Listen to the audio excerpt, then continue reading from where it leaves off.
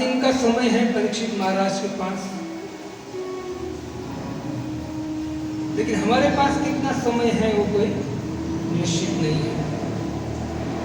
इससे शुभदेव वेदव्यास जी श्रीमद् भागवतम के शुरुआत में कहते हैं, निगम कल्प तरोर गलितम फल शुक मुखात द्रव अमृत सहितम पिबत भागवतम रसमालयम मुहुरहो रसिका भूमि भावुका। कहते निगम कल्प तरोर गलितम फलम। निगम का अर्थ क्या है? वेद रूपी वृक्ष है। तो कहते निगम कल्प तरोर, और वृक्ष कैसा है? कल्प वृक्ष के समान है। यदि आप श्रीमद् भागवतम का जो पाठ है, श्रवण की कीर्तन है, यदि हम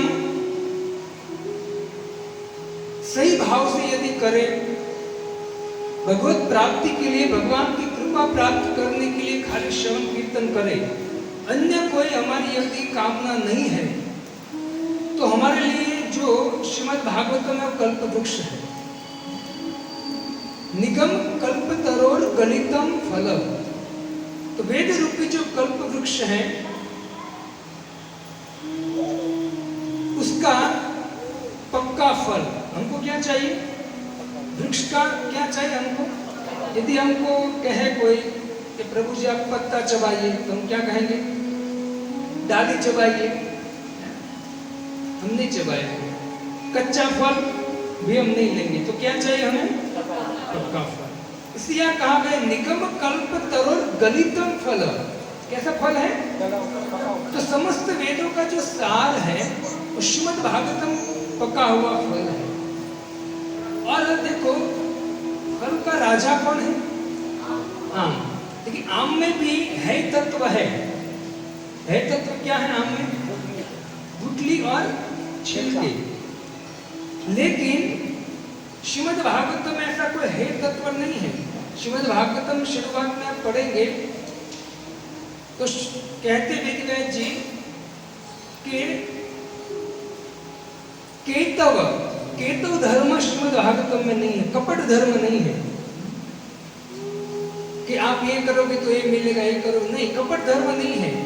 धर्म अर्थ काम और मोक्ष से भी परे पंचम पुरुषार्थ भगवान का प्रेम प्राप्त कराने वाला ग्रंथ है।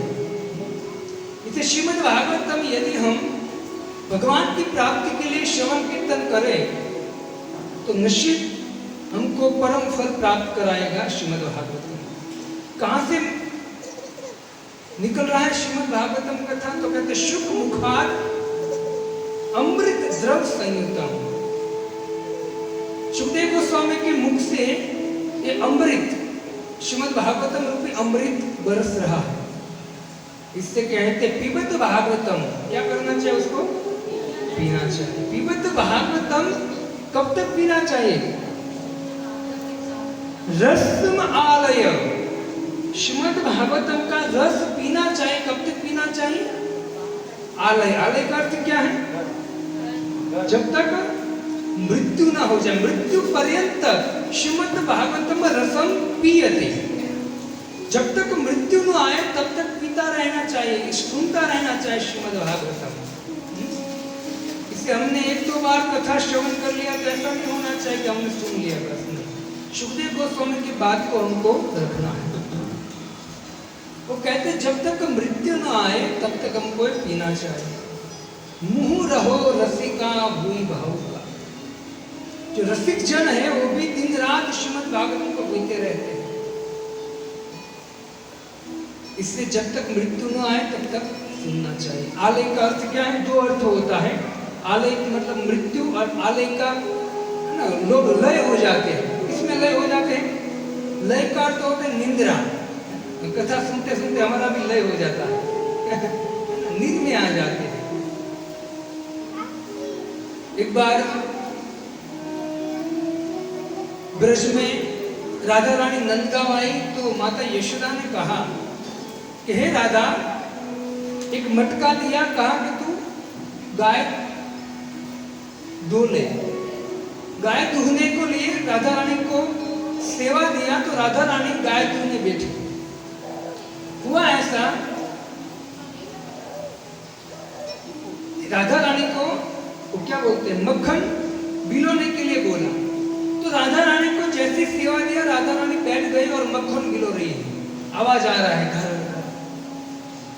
5 मिनट, 10 मिनट, 15, 20 मिनट, 25 मिनट, आधा घंटा हो गया। उसी समय यशोदा माता वहां पहुंची और यशोदा माता ने देखा कि राधा रानी एक बिलो तो रही है, लेकिन देखा तो मटका खाली है। तो राधा यशोदा ने कहा कि अरे राधे, तेरा ध्यान किधर है, मटका तो खाली है, क्या कर रही है? तब राधा रानी को पता चला रहे ये तो मटका। तो राधा रानी का मन कहां चला गया था? कृष्ण में चला। आलय हो चुका था, लय हो चुका था। कहां? कृष्ण। और ऐसे ही एक बार कृष्ण, नंद बाबा ने कहा कि हे कृष्णा इधर आ, तुझे गाय धोना है। तो गाय धोने के लिए नंद बाबा ने भेजा कृष्ण को। कृष्ण गाय धोने गए, तो जैसे वो गाय के नीचे धोने के लिए बैठे, धोने के लिए, तो उसी समय सखा जो थे वो सखा हंसने लगे। सब सखा हंस रहे। तो कृष्ण कहते अरे क्यों हंस रहे हो आप लोग, बारंबार कह रहे हैं। कृष्ण जब बारंबार कहा कि क्यों हंस रहे हो आप, तो सखाओं ने कहा कि अरे कृष्ण, तुझे नंद बाबा ने गाय धोने के लिए कहा है, तो देख तो सही तो किसके नीचे बैठा है। कौन था वो? बैल, बैल के नीचे बैठे थे। लेकिन ये क्यों होता है? क्योंकि राधा का मन कृष्ण में है, कृष्ण का मन राधा में। एक दिन की बात है, द्वारका की। द्वारका में भगवान श्री कृष्ण शयन कर रहे थे, आंखें बंद है, सो रहे हैं। और रुक्मणी भगवान को चामर ढुला रही है। और चामर ढुलाते ढुलाते रुक्मणी देख रही है कि भगवान श्री कृष्ण की आंखों से आंसू निकल रहे हैं। तो रुक्मणी ने पूछा कि प्रभु आप रो क्यों रहे हो, आंसू क्यों निकल रहे हो, क्या कमी है आपको? तब भगवान श्री कृष्ण कहते हैं कि मुझे वृंदावन की याद आ गई, मेरे सखाओं की याद आ गई, गोपियों की याद आ गई, गायों की याद आ गई, ब्रजवासियों की मुझे याद आ गई। इससे मेरा हृदय भर आया है। तब सूरदास जी कहते हैं कि भगवान श्री कृष्ण रुक्मणी को कहते हैं, गायन के संग जइबो, ग्वालीन के संग अइबो, हेरितान गइबो, नैन कह कत राखे हैं। कि मैं सखाओं के साथ जाता था और सखाओं के साथ वापस आता था। और क्या करता था? तो कहते कि मैं उनके साथ गाय चराने जाता था, गाय चरा कर आता था और बड़े आनंद से मैं गाता रहता था। तो मुझे याद आ रहा है, या के गज मोती माल वारो कुंज वालन ते, कुंज सुधी आत मोर प्राण धर कत है। हे रुक्मणी, मुझे जैसे ही एक कुंज की, निकुंज की याद आ गई, गोपियों की याद आ गई, तो मेरा हृदय जो है वो भर गया। इसलिए मैं रो रहा हूं। गोबर को गारो मोरे प्राण ते प्यारो लागे, भयो मौन सोने की जटित मरकत है।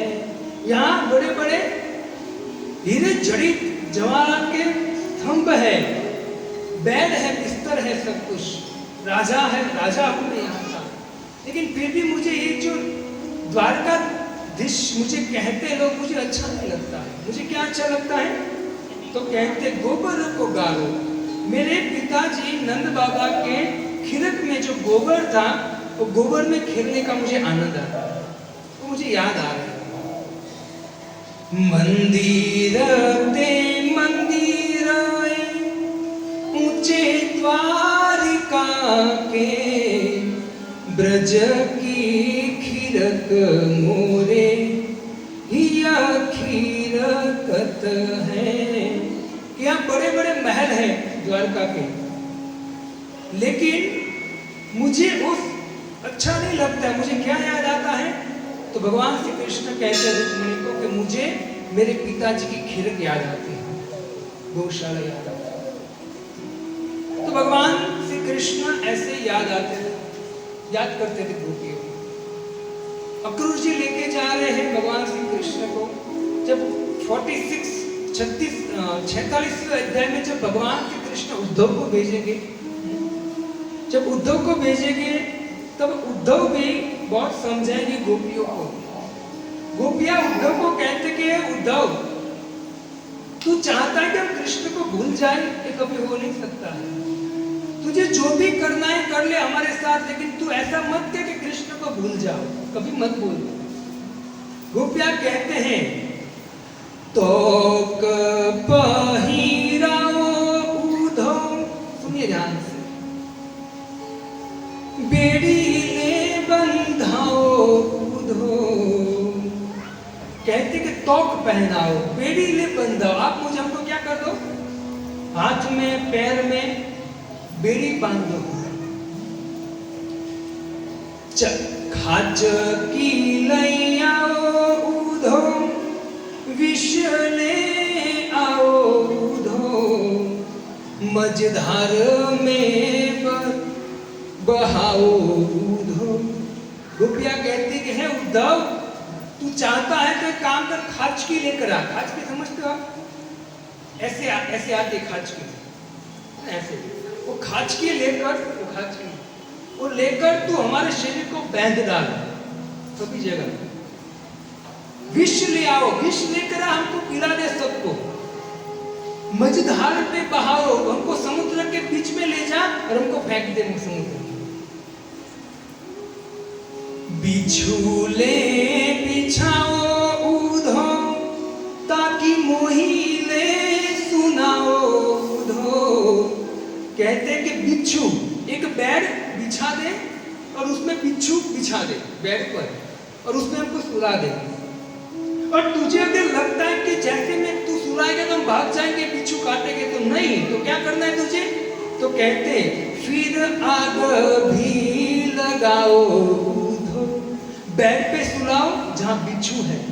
और यदि तुझे लगता है कि बिच्छू डंक मारेगा हम भाग जाएंगे, तो तू आग लगा दे चारों ओर। और फिर कहते हैं यदि फिर भी तुझे लगता है कि गोपियां चिल्लाएंगे तो इसको बचन आएगा, तो काम कर तू। क्या? तो गोपियां कहते हैं बांधी कापड़ डुसाओ। क्या कहते हैं? हमारे मुख में कपड़ा ठूसते अंदर, जिससे हम चिल्ला ना सके। गिरीते गिराओ उद्धव, काली नाग से डसाओ उद्धव। पर्वत से हमको फेंक दे, काली नाग से हमको डंक मरा दे तू। गिरीते गिराओ उद्धव, काली नाग से डसाओ उद्धव। प्रीति न छुड़ाओ गिरिधारी नंदलाल से।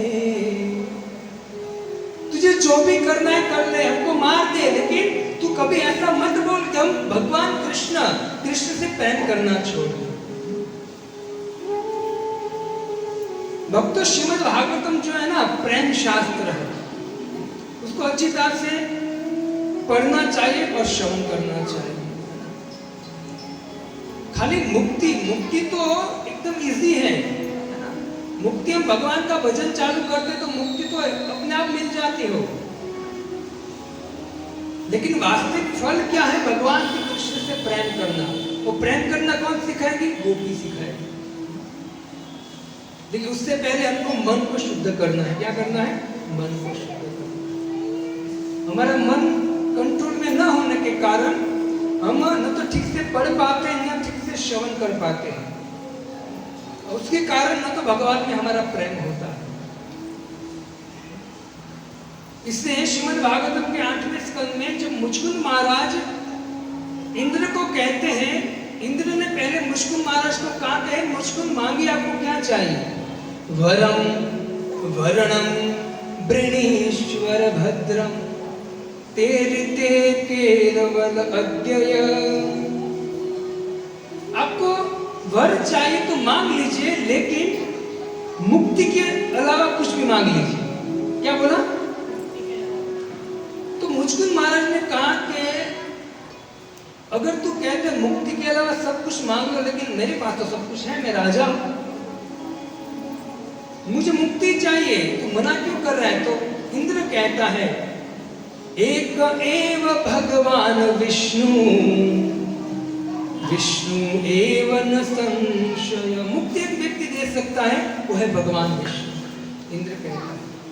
तो मुचकुंद कहते को तेरे जैसे की क्या जरूरत है मुझे, चल निकल यहां से, बाकी तेरे पास है वो मेरे पास भी। इससे भक्त जो होता है ना, भक्त कभी मुक्ति नहीं मांगता है।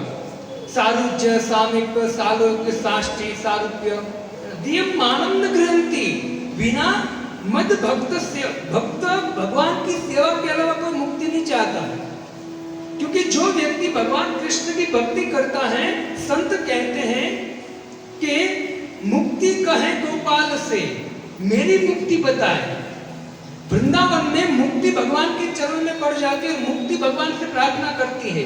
मुक्ति कहे गोपाल से, मेरी मुक्ति बताए। ब्रजरज उड़े मस्तक लगे, मुक्ति मुक्त हो जाए। भगवान श्री कृष्ण जो वृंदावन है, वृंदावन की ब्रज यदि मुक्ति के ऊपर लगते हैं तो मुक्ति भी मुक्त हो जाती है। इससे हमें मुक्ति की फेरे में नहीं पड़ना है। हमको क्या प्राप्त करना है? प्रेम प्राप्त करना, जो हमारा वास्तविक स्वरूप है।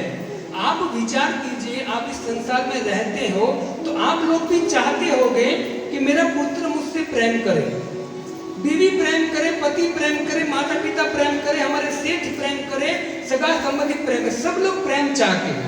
ये क्यों चाहते हैं? हम चाहते हैं कि नहीं प्रेम? सब लोग क्या चाहते हैं? प्रेम चाहते हैं। भले करोड़ों रुपए हैं, लेकिन सगा संबंधी की ओर से, पुत्र परिजन की ओर से यदि प्रेम नहीं मिल रहा है, व्यक्ति के पास कितना भी पैसा होगा, व्यक्ति सुखी नहीं हो पाएगा। क्यों? क्या चाहिए उनको? प्रेम चाहिए। भले उनके पास कुछ ना हो, लेकिन प्रेम से कोई बुलाता है, प्रेम से आदान प्रदान करता है, तो उनके पास कुछ भी नहीं होगा तो भी वो टेंशन नहीं रहेगा, वो खुश रहेगा। प्रेम चाहिए। ये प्रेम की वृत्ति हम में क्यों है? क्योंकि मूल है, हमारा स्वरूप है प्रेम करना।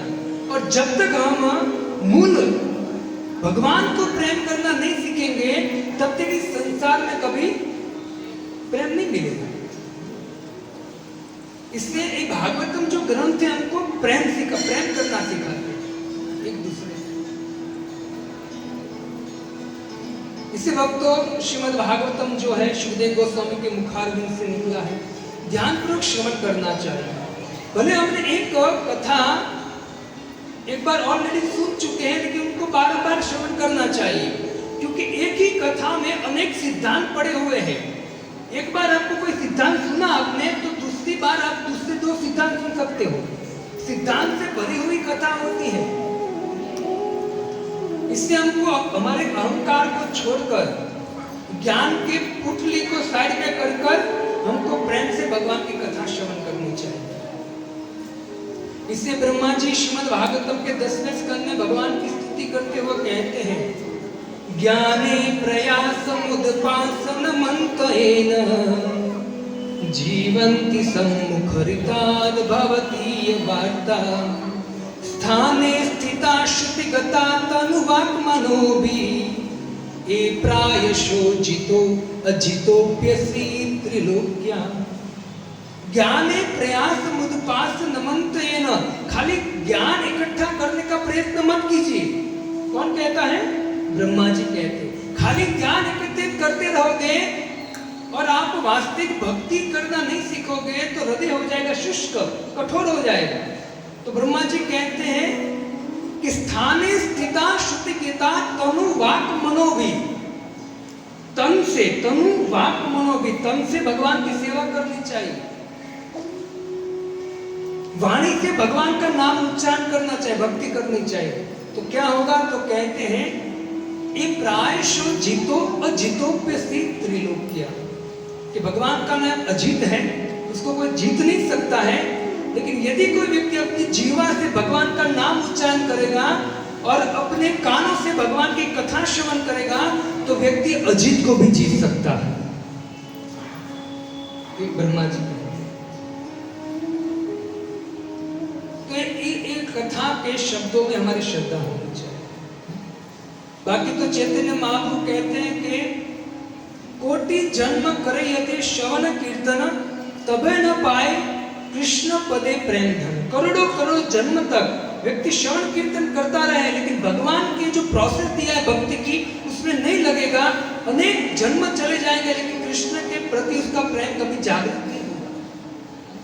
इसलिए गीता भागवतम का जो सिद्धांत है उनको समझकर हमको क्या करना चाहिए, भक्ति में एक्टिव होना चाहिए। एक बार काशी में कबीर जी रहते थे, भगवान राम की भक्ति करते थे। तो वहां एक पंडित था जिसका नाम था पद्मनाभ। वो पंडित शास्त्रों का ज्ञाता था, छोटे छोटे जो पंडित थे उनसे डरते थे, इतना शास्त्रों का ज्ञान था उनको। तो पद्मनाभ एक बार विश्वनाथ शिव जी के दर्शन को गए। शिव जी के दर्शन को गए, शिव जी को प्रणाम किया तो शिव जी अंदर शिवलिंग से आवाज आई। पद्मनाभ को कहा कि हे पद्मनाभ, यहाँ काशी में कबीर है, तू कबीर के पास जा और कबीर के पास जाकर शास्त्रार्थ कर दो। क्या बोला? क्योंकि तुझे शास्त्रों का ज्ञान है, वहां जाकर तू कबीर के पास जाकर शास्त्रार्थ कर। तो शिव जी की आज्ञा प्राप्त करके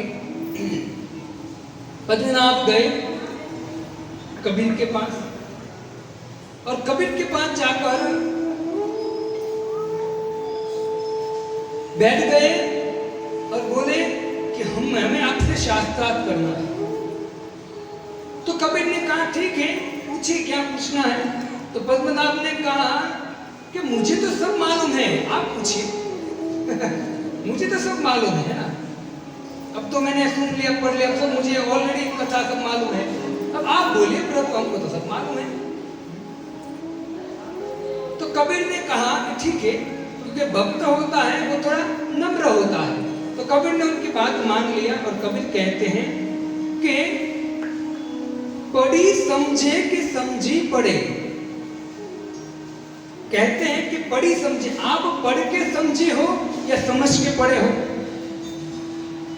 ओहो कहो द्विजराज, सुनी कबीर के बैन पंडित भयो चकरार।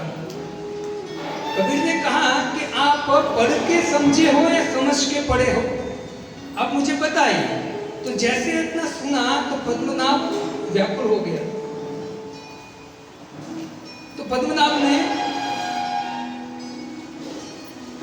कहा कि हे कबीर जी, कहा मैं पढ़ के समझा हूं और समझ के वापस पढ़ा हूं, पढ़ के समझा हूं और समझने के बाद वापस पढ़ा हूं। तो कबीर हंसने लगे, हंसते हुए कहते हैं कि हे प्रभु, हे पद्मनाभ, यदि आप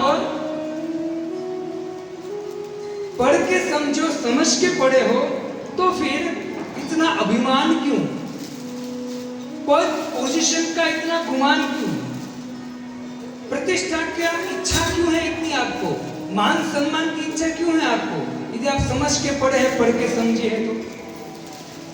इतना जैसे बोला, कबीर ने कहा यदि आप जो पढ़ के समझे हो या समझ के पढ़े हो, आप यदि पढ़ के समझे हो तो भी जो व्यक्ति पढ़ के समझा है वो क्या करता है, राम राम करता है, भगवान का नाम जपता है। और समझ के पढ़ता है वो भी क्या करता है, वो भी राम राम करता है। आप न तो पढ़ के समझे हो न समझ के पढ़े हो।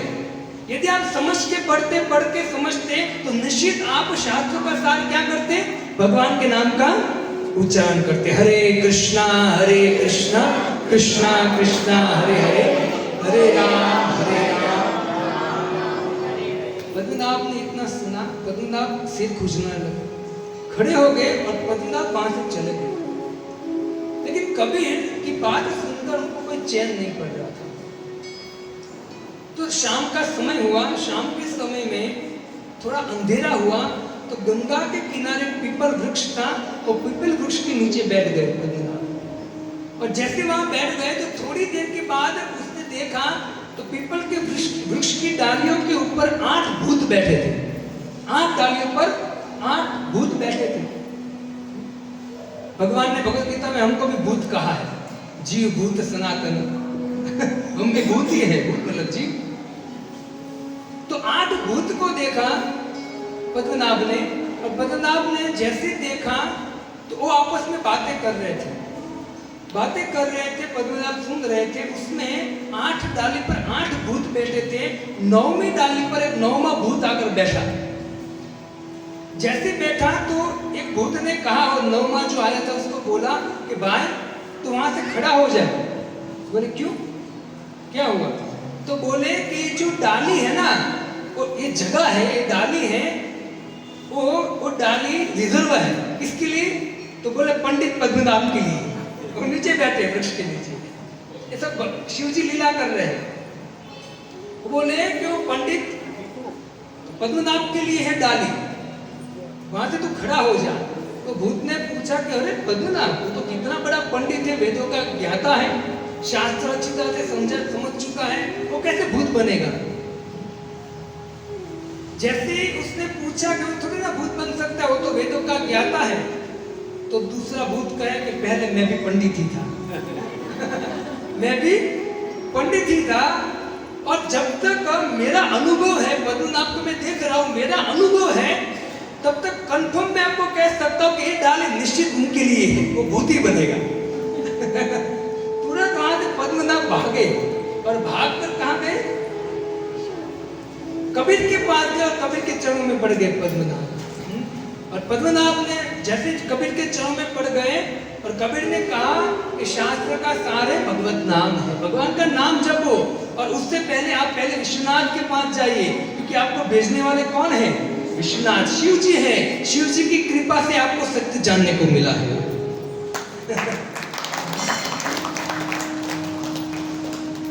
इसे वास्तव में भक्तों, आपको काशी में जाओगे तो काशी में बहुत ऐसे लोग मिलेंगे तो शास्त्रों के ज्ञाता है, लेकिन जब उनको शास्त्रों का सार की बात करेंगे तो कुछ करेंगे नहीं वो लोग।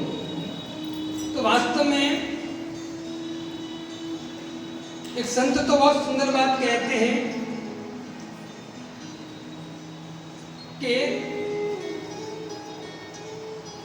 जो व्यक्ति पूरे चारों चार वेद को पढ़कर बैठा है, लेकिन यदि वो भगवान के हरिनाम को नहीं समझ पाता है, कलयुग के युग धर्म को नहीं समझ पाता है, वो शास्त्र का वेद का ज्ञान होते हुए भी वो ढो रहा है गधे की तरह।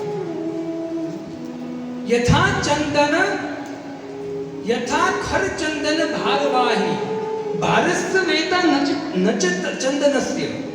गधा क्या उठाता है पीठ पर? चंदन का भार उठाता है। चंदन इतना सुगंधित होता है, लेकिन उसको कोई ज्ञान नहीं होता है उनका। भारस्य वेता नच चंदनस्य तथापि विप्रा श्रुति शास्त्र युक्ता।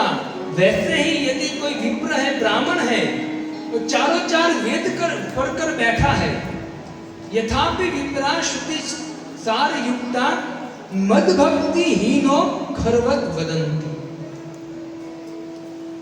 यदि वो व्यक्ति भले चार वेदों का ज्ञाता हो, लेकिन भगवान कहते हैं यदि मेरी भक्ति नहीं कर रहा है तो गधे की तरह वो शास्त्र का भार हो रहा है।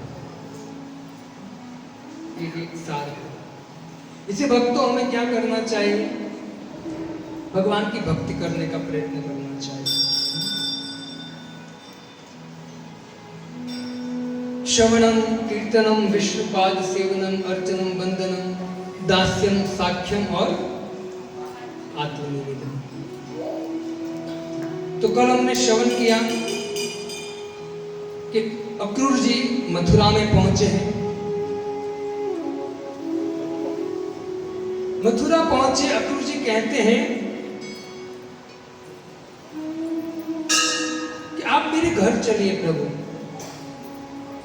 सब यदुवंश कंस के डर से यहां से भाग गए हैं, लेकिन मैं यहाँ आपका इंतजार कर रहा हूँ, मुझे पता था कि एक दिन आप आओगे और आओगे तो मेरी कुटिया में आपके चरण पड़ेंगे, और जैसे ही मेरे कुटिया में आपका चरण पड़ेगा मेरी कुटिया धन्य हो जाएगी। अब आइए, मेरा घर धन्य हो जाएगा, मेरा परिवार धन्य हो जाएगा। बार-बार अक्रूर जी उनको समझा रहे हैं, लेकिन भगवान कहते कि अक्रूर जी, मैं यदि आपके घर अभी आऊंगा और कंस को पता चल जाएगा तो आपके लिए खतरा है, इसलिए अभी मैं आना नहीं चाहता हूँ। मैं आऊंगा, आप चिंता मत कीजिए, जैसे ही मेरा काम यज्ञ समाप्त हो जाएगा, यज्ञ के बाद मैं निश्चित आपके घर आऊंगा। और हमारी भाषा में कहे तो अक्रूर जी, हम आएंगे, जरूर आएंगे यज्ञ के बाद, और आकर फिर पार्टी करेंगे, यज्ञ पूरा होगा। अक्रूर को बहुत समझाया भगवान ने, अक्रूर को कहा कि अभी आप चले जाए घर पर, यज्ञ समाप्त होने के बाद मैं जरूर आपके पास आऊंगा। भगवान श्री कृष्ण इतना कहकर वापस अक्रूर कहते कि प्रभु, मुझे एक अवसर मिला है, जिस चरण से गंगा प्रकट हुई है, निकली है, और उसी गंगा को महादेव अपने सिर पर धारण करके अपने आप को धन्य मानते हैं, वो साक्षात चरण अभी मेरे सामने है, मैं कैसे जाने दूं आपको? अब आइए, बारंबार कह रहे आप आइए। देखो भक्तों, गंगा जो है, मेरे पीछे बोलिए आप, गंगा वारी मनोहारी मुरारी चरणच्युतम त्रिपुरारी शिरश्चारी पापहारी पुनाति मां। ये जो श्लोक है पद्म पुराण का, वैसे ही अक्रूर जी प्रार्थना करते हैं। वो कहते हैं कि गंगा वाली मनोहारी, जो गंगा है उसमें कोई स्नान करता है तो अंदर से बाहर में पवित्र हो जाता है। कहां से निकली है गंगा? मुरारी चरणच्युत है, प्रभु आपके चरण से निकली, और आपके चरण से निकलने वाली गंगा को कहते हैं कि त्रिपुरारी शिरश्चारी, शिव जी अपने सिर पर धारण करते हैं और कहते पापहारी पुनाति मां। हे प्रभु, जिस तरह से गंगा जीवों का पाप भर लेते हैं, वैसे आप मेरे घर पे आइए, आपके चरण कमल जब मेरे घर पे पड़ेंगे तो हमारे पाप सब नष्ट हो जाएंगे और आपका प्रेम प्राप्त होगा। इतना कहकर, आपको पता है शिव जी ने जब जटा खोला था ना, तो जटा कितनी बड़ी थी पता है? हमने कथा तो श्रवण किया कि भगीरथ की प्रार्थना से शिव जी प्रसन्न हुए, शिव जी ने गंगा को धारण कर लिया अपनी जटा में। जटा कितनी बड़ी थी? तो कहते हैं कि 1,00,000 किलोमीटर जटा थी। कितनी? इतनी बिखेरी और पकड़ कर बांध दिया। आप कहोगे प्रभु जी कितने बजे है? 8:30 बजे है, आपने फेंकना चालू किया 1,00,000 किलोमीटर जटा। आप श्रीमद् भागवतम के 4थे स्कंद पढ़ोगे ना, तो श्रीमद् भागवतम में लिखा है, जब दक्ष के यज्ञ में वीरभद्र के द्वारा समस्त देवता हैंडीकैप हो गए और ब्रह्मा जी के पास गए, ब्रह्मा जी समस्त देवताओं को लेकर शिव जी के पास गए, और शिव जी बैठे हैं, समस्त ऋषि मुनि उनके सामने बैठे हैं और शिव जी कथा कर रहे हैं। वहां सुखदेव गोस्वामी कहते हैं, तो वृक्ष के नीचे, जिस वृक्ष के नीचे शिव जी बैठे थे ना, वो वृक्ष कितना बड़ा था? तो कहते हैं कि 800 माइल ऊंचा था। कितना? और 600 माइल चौड़ा था, फैला हुआ। विचार कीजिए। इससे हमारी जो बुद्धि है ना, वो कुकमंडूक है। कैसी है? कुएं की मेंढक जैसी, हम समझ नहीं पाएंगे। और ये सब शास्त्रों की गूढ़ रहस्य को जानने के लिए हमारा माइंड बृहद होना चाहिए, हमारी श्रद्धा बृहद होनी चाहिए। और ये श्रद्धा को बृहद जितनी करते हैं, उतनी भक्ति में हम प्रोग्रेस करते हैं। और श्रद्धा तभी बृहद बड़ी होगी जब हम निरंतर भक्तों के संग में भगवान की कथाओं का श्रवण करेंगे, भगवान के नाम का कीर्तन करेंगे, तो श्रद्धा बढ़ेगी। इसलिए हम मंदिर तो जाते हैं, लेकिन मंदिर जाने के बाद खाली हाथ जोड़कर या पानी चढ़ाकर या जो भी है वो क्रिया कर इतना काफी नहीं है। हमको क्या करना चाहिए? हमको भगवान की आज्ञा का पालन करना चाहिए। यदि हम भगवान की आज्ञा का पालन नहीं करेंगे ना, तो कभी ऐसी माया की झापट लगेगी कि हम जो भी कुछ श्रद्धा से धर्म का कार्य करें ना, उससे हम चूक हो जाएंगे। क्यों? क्योंकि हमको सही सही जो भगवान ने हमको सिखाया है, ज्ञान दिया है, वो ज्ञान नहीं हमारे पास। कल जन्माष्टमी, तो कल हमारे छोटे जो बच्चे हैं वो कल ड्रामा करने वाले हैं। आधा घंटे का एक ड्रामा है पहला। उस ड्रामा को ध्यान से आप देखना।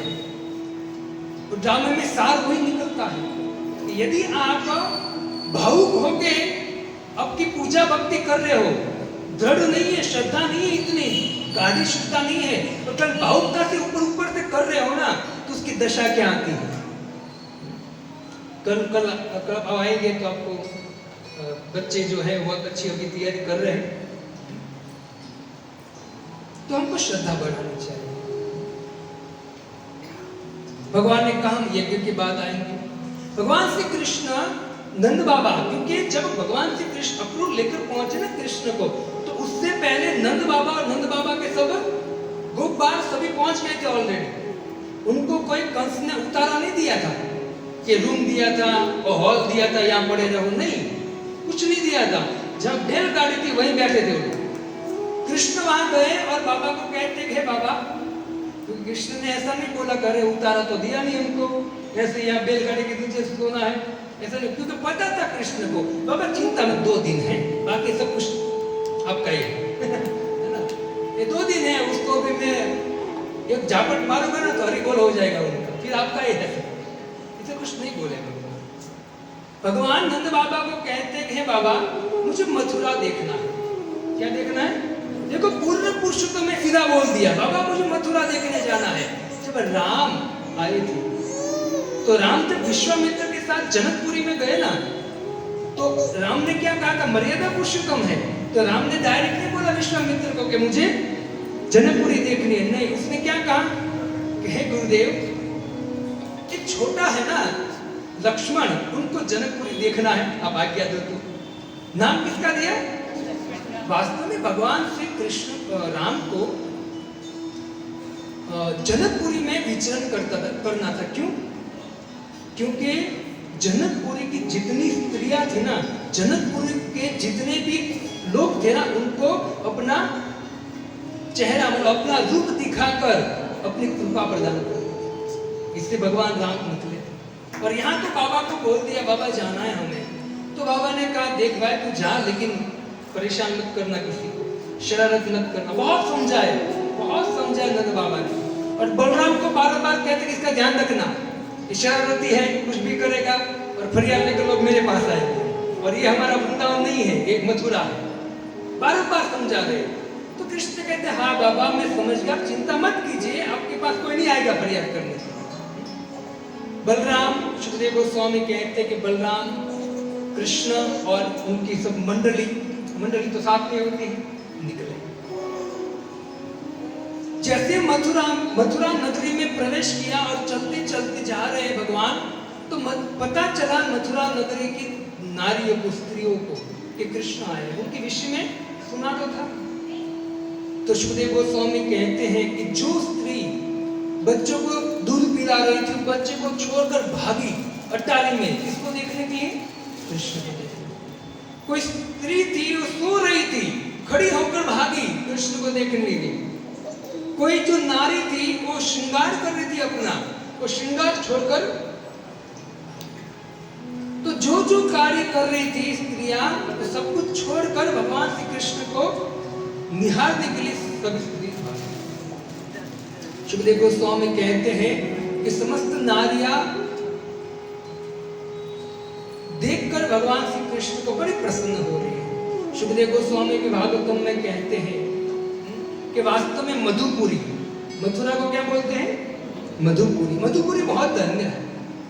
अहो अलम श्लाघ्यतमं यदुकुलम, अहो अलम पुण्यतमं मधुवनम, यद्देश पुंसा वृषभाश्रियपति। अदुकुल क्यों धन्य है? मधुवन क्यों धन्य है? तो कहते हैं यद्देश पुंसा वृषभाश्रियपति। क्यों?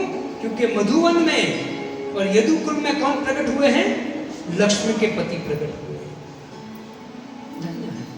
स्त्रियां सब अब आपस में बात कर रहे हैं और भगवान श्री कृष्ण जा रहे हैं। स्त्रियां जब अट्टारी पर आ गई कृष्ण को देखने के लिए, पहले ऐसा रिवाज था, दूर से देखते थे, सामने नहीं आते थे, ऐसा मर्यादा था पहले। भगवान श्री कृष्ण जब अट्टारियों में आई और नारियां, तो भगवान श्री कृष्ण उस स्त्रियों को एक के बाद ऐसे ऊपर मुंह करके देख रहे हैं, अपना चेहरा ऊपर करके देख रहे हैं। और जहां भी देख रहे हैं स्त्रियां, एक स्त्री के सामने देखा कृष्ण ने, तो वो जो स्त्री थी वो प्रसन्न हो जाती थी कि देखो कृष्ण मुझे देखा।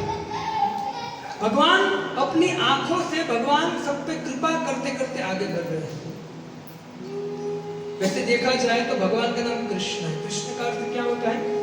सर्व आकर्षण। भगवान सबको आकर्षित कर लेते हैं।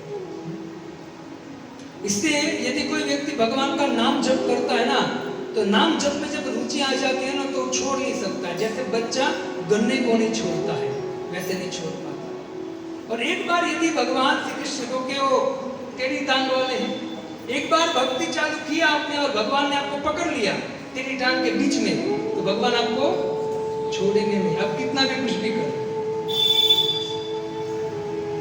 तो अब वृंदावन में भी जाएंगे तो वृंदावन में भी गोपियों के मन में भगवान चढ़े रहते थे। चढ़ी गोपी मनोरथे मन मथे रमन मथे नाम धरे मदन मोहन। जो करोड़ों करोड़ों कामदेव को भी मूर्छित कर दे ऐसा सौंदर्य जिसका है, वो भगवान सदा गोपियों के मन के ऊपर चढ़े रहते थे। एक दिन की बात है, भगवान ब्रज में गोपियां कुएं में पानी भरने गई। आपने गांव में कुआं देखा होगा ना, 6-7 वो होता है, वो गरेड़ी क्या बोलते हैं, गड्ढे होती है ना, और वहां से कुएं से पानी भरते। एक दिन की बात है कि गोपी, अनेक गोपियां थी, पानी भरने गई। उसमें गोपी जैसी पानी भरने गई, उनके बेटा, छोटा सा बेटा साथ में था, तो गई तो उनका मन भगवान कृष्ण में था, निरंतर भगवान कृष्ण का स्मरण कर रही है। अब गागर जो होती है उसमें रस्सी का वो फंदा डालना पड़ता है। वो फंदा गागर में, गागर को छोड़कर उनका बेटा था उसके गले में डाल दिया। दूसरी सखी कहती कि अरे गोपी पागल हो गई क्या, देख सही तेरा बेटा है, मर जाएगा वो, ये तेरा ध्यान किधर है। जब उसको पता चला कि मेरा बेटा है, तो उसे वापस रस्ती को। तो एक गोपियों की हालत थी, दिन रात मन में कौन चढ़े रहते थे? कृष्ण चढ़े रहते थे। उद्धव को भी बारंबार गोपियां कहते कि हे उद्धव, हमारे पास मन 2-4 नहीं है, हमारे पास एक ही मन है, और एक मन था वो कौन लेकर चला गया? कृष्ण लेकर चले गए। अब क्या तू हमको उपदेश देगा? इससे भक्तों, मन हमको भगवान में रखने के लिए कलयुग में बहुत सरल उपाय है, भगवान की कथा और भगवान का नाम। हरे कृष्णा कृष्णा कृष्णा हरे हरे, हरे राम राम राम। गोपियां भगवान श्री कृष्ण को देख रही है, देखकर अपनी आंखों से पी रही है सुंदरता को, और जैसे आंखों से देखती है आंख बंद कर लेती है, मानव के आंख के द्वारा भगवान श्री कृष्ण का आलिंगन कर रही है। समस्त नारियां भगवान श्री कृष्ण से प्रेम करती है, भगवान श्री कृष्ण का रूप का सौंदर्य देखते देखते भगवान आगे बढ़े। अनेक ब्राह्मण आए, ब्राह्मणों ने भगवान श्री कृष्ण को हार पहनाया, कहते कि अनेक प्रकार की भेंटें प्रदान किया, द्रव्य, लेप, धूप, दीप आदि भगवान को प्रदान किया। और जैसे भगवान आगे बढ़ रहे हैं, सब स्त्रियां बातें कर रही हैं, हे सखी, ये जो पुरुष है ना, ये परम पुरुष ब्रज में थे।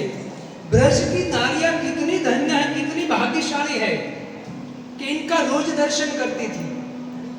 लेकिन उनको पता नहीं आज से आप भी धन्य हो, क्यों? क्योंकि वो अभी यही रहने वाले 14 साल के।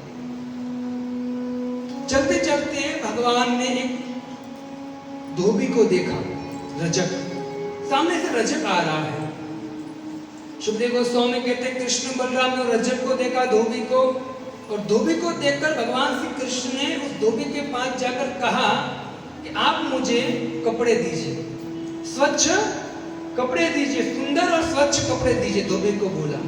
सुखदेव गोस्वामी कहते हैं रजकम कश्चित आयांतम रंगकारं गदाग्रज दृष्ट्वा याचत वासासी धूतान्य अति उत्तमानिच। भगवान श्री कृष्ण कहते हैं कि आप हमें धूतान्य अति उत्तम कपड़े दीजिए हमें। दृष्ट्वा याचत वासासी, भगवान ने याचना किया। सुखदेव गोस्वामी कहते जैसे भगवान ने मथुरा में एंट्री किया ना, बाबा को कहते निकले कि बाबा मुझे जाना है मथुरा देखने के लिए। भगवान ने चलना चालू किया, तब से लेकर अनेक स्त्रियां का दर्शन देखा भगवान ने, अनेक ब्राह्मण का मिले। बहुत चलने के बाद वो रजक आया, लेकिन तब तक भगवान किसी के सामने बोले नहीं थे, किसी के सामने बोले नहीं थे। क्यों नहीं बोले थे? क्योंकि जैसे भगवान ने मथुरा में प्रवेश किया, मथुरा के सब वासी जो थे वो भगवान को भगवान के रूप में देखकर, परम पुरुष के रूप में देखकर भगवान को अपने आप भेंट देने लगे। सुनिए, बहुत सुंदर सिद्धांत है, अपने आप भेंट देने लगे। कि भगवान को, क्योंकि वो लोग जानते थे भगवान से प्रेम करते थे, तो भगवान चुप रहे। लेकिन भगवान ने देखा है रजक आया है सामने, धोबी है, और किसका अनुचर है? कंस का अनुचर है। तो भगवान को पहले से पता है कुछ देने वाला नहीं है, तो इससे क्या करना पड़ेगा? मुझे मांगना पड़ेगा। भगवान ने मांगा उससे, क्या याचना किया कि हमको ये स्वच्छ कपड़े दे दो, हम याचना की। तो वास्तव में गीता में भी आप पढ़ोगे भगवान क्या कर रहे हैं? भगवान हमको क्या याचना ही कर रहे हैं भगवान से कि तू मुझे दे। आपका मन यहां रखना, बहुत सुंदर सिद्धांत है। भले कुछ न दो आप, लेकिन सुन लीजिए खाली। भगवान ने विचार किया है धोबी मुझे कुछ देगा नहीं, कंस का अनुचर है, दुष्ट है, तो भगवान ने उनसे मांगा। क्यों मांगा भगवान ने? भगवान ने सोचा यदि मैं मांगूंगा और मांगने से भी यदि मुझे दे देता है तो भी उनका उद्धार हो जाएगा। ऐसे तो नहीं देगा वो। तो वैसे भगवान ने भी भगवत गीता में क्या बोला है? यत् करोषि यदश्नासि यज्जोषि ददासि यत् तपस्यसि कौन्तेय तत्कुरुष्व अर्पणम्। भगवान ने मांगा है तू संसार में जो भी कार्य करता है ना, मद अर्पण, तो मुझे भी। भगवान को पता था कलयुग के लोग कंजूस हो गए। नहीं, कंजूस गलत बोल दिया, महाकंजूस हो गए। इसे भगवान ने मांगा कि मुझे दे दो। तो रजक के पास भी भगवान ने क्या मांगा? कपड़े मांगे। यहां भगवान को गदाग्रज कहा है। क्या कहा है? बहुत सुंदर विचारणीय बात है। गदाग्रज मतलब क्या है? तो कहते गद का बड़ा भाई, गद का बड़ा भाई। लेकिन देखा जाए तो जो गद है ना, गद का तो अभी जन्म हुआ ही नहीं। गद का अभी जन्म, गदाग्रज, अग्रज मतलब बड़ा और गद मतलब छोटा। तो गदा जो गदा है, लड़का है, वो कृष्ण से बड़े और छोटे हैं। लेकिन कृष्ण तो देवकी के लास्ट पुत्र है। तो गदा कहां से? गदा कहां आ गया? उसका नाम था गदा। तो आचार्य कहते हैं कि जो गदा है ना, जब भगवान श्री कृष्ण कंस को मारेंगे और वसुदेव देवकी को छुड़ाएंगे और फिर रोहिणी वापस मथुरा में आएगी, तो रोहिणी से दूसरा पुत्र होता है जिसका नाम था गद। क्या नाम था? गद। अभी तक वृंदावन में हर हमेश कौन साथ रहता था? कृष्ण के साथ कौन रहता था? बलराम। और जब भगवान श्री कृष्ण मथुरा छोड़कर द्वारका में चले जाएंगे, तो द्वारका भगवान 100 साल रहे हैं, और 100 के 100 साल बलराम के साथ में नहीं रहेंगे। कौन रहेगा? एक गद रहेगा। इसे कहते हैं गदाग्रज। भगवान श्री कृष्ण जैसे मांग रहे हैं, भगवान श्री कृष्ण ने वो भी देखा कि देखो बलराम जी, जब ब्रज में थे तो रोज हमको गोपियों का सुंदर दर्शन होता था, अभी गधों का दर्शन हो रहा है। गधे, बहुत सारे गधे भी थे, साथ में दो भी था। तो भगवान ने वस्त्र मांगा। भगवान पत्रम पुष्पम सब कुछ मांगते हैं। केवट से भी मांगा था, आपको पता है भगवान ने क्या मांगा था? केवट से क्या मांगा था? नाव। मांगी नाव न केवट आया। केवट तो प्रेमी भक्त था, लेकिन फिर भी नहीं आया क्योंकि वो मर्म जानता था। लेकिन ये धोबी मर्म नहीं जानता था, उससे सीधा अभी धोबी भगवान प्रेम से मांग रहे, लेकिन धोबी नहीं दे रहा है। गदाधरज मांग रहे हैं लेकिन नहीं दे रहे हैं। रुक्मणी भी भगवान को प्रार्थना करते हुए गदाधरज कह के पुकारती है। श्रीमद् भागवत पूर्तेष्ट दत्त नियम व्रत देव विप्र गुरुवर्जनादि विरलम भगवान परेश आराधितो यदि गदाग्रज इत्यपानि ऋणातुमेन दम घोष सुताद्युनन्ये। रुक्मणी कहती कि हे प्रभु, आप कहोगे तो आपके लिए तप करूंगी, दान दूंगी, तपस्या करूंगी, आप जो भी बोलोगे करूंगी। लेकिन मैं आपको निवेदन करती हूँ कि मुझे जो शिशुपाल है ना, मुझे स्पर्श नहीं करना चाहिए। हे प्रभु, मैं आपकी हूँ। तब क्या बोलते गदाग्रज, हे गद के बड़े भाई कृपा करो, ये मुझे स्पर्श नहीं करना चाहिए। स्पर्श करने आए उससे पहले आप मुझे उठाकर यहाँ से ले जाओ। वहां रुक्मणी भी याद करती है। भक्तों, धोबी से भगवान ने मांगा, तो धोबी से मांगा ना, तो भगवान ने सुंदर बात कहा, हे धोबी, हे रजक। भगवान ने कहा, दोनों भाइयों ने कहा कि यदि तू हमको ये वस्त्र देगा तो हम तुझे आशीर्वाद देते हैं, तेरा परम कल्याण होगा। भगवान ने प्रेम से बोला। लेकिन धोबी तो कंस का अनुचर था, जैसा कंस वैसे उनके अनुचर। देखो भक्तों, भगवान ने दुर्योधन से मांगा था। क्या मांगा था? 5 गांव मांगे थे। भगवान दुर्योधन के पास जाकर कहते हैं कि आधा दे, आधा राज्य दे दे, क्योंकि उनका भी हक है। आधा दे, आधा में भी बाधा है, तो दे दे 5 गांव, रख अपनी जमीन तमाम। लेकिन दुर्योधन वो दे न सका, आशीष हरि के ले न सका, उल्टा हरि को बांधने चला, जो असाध्य था वो साधने चला।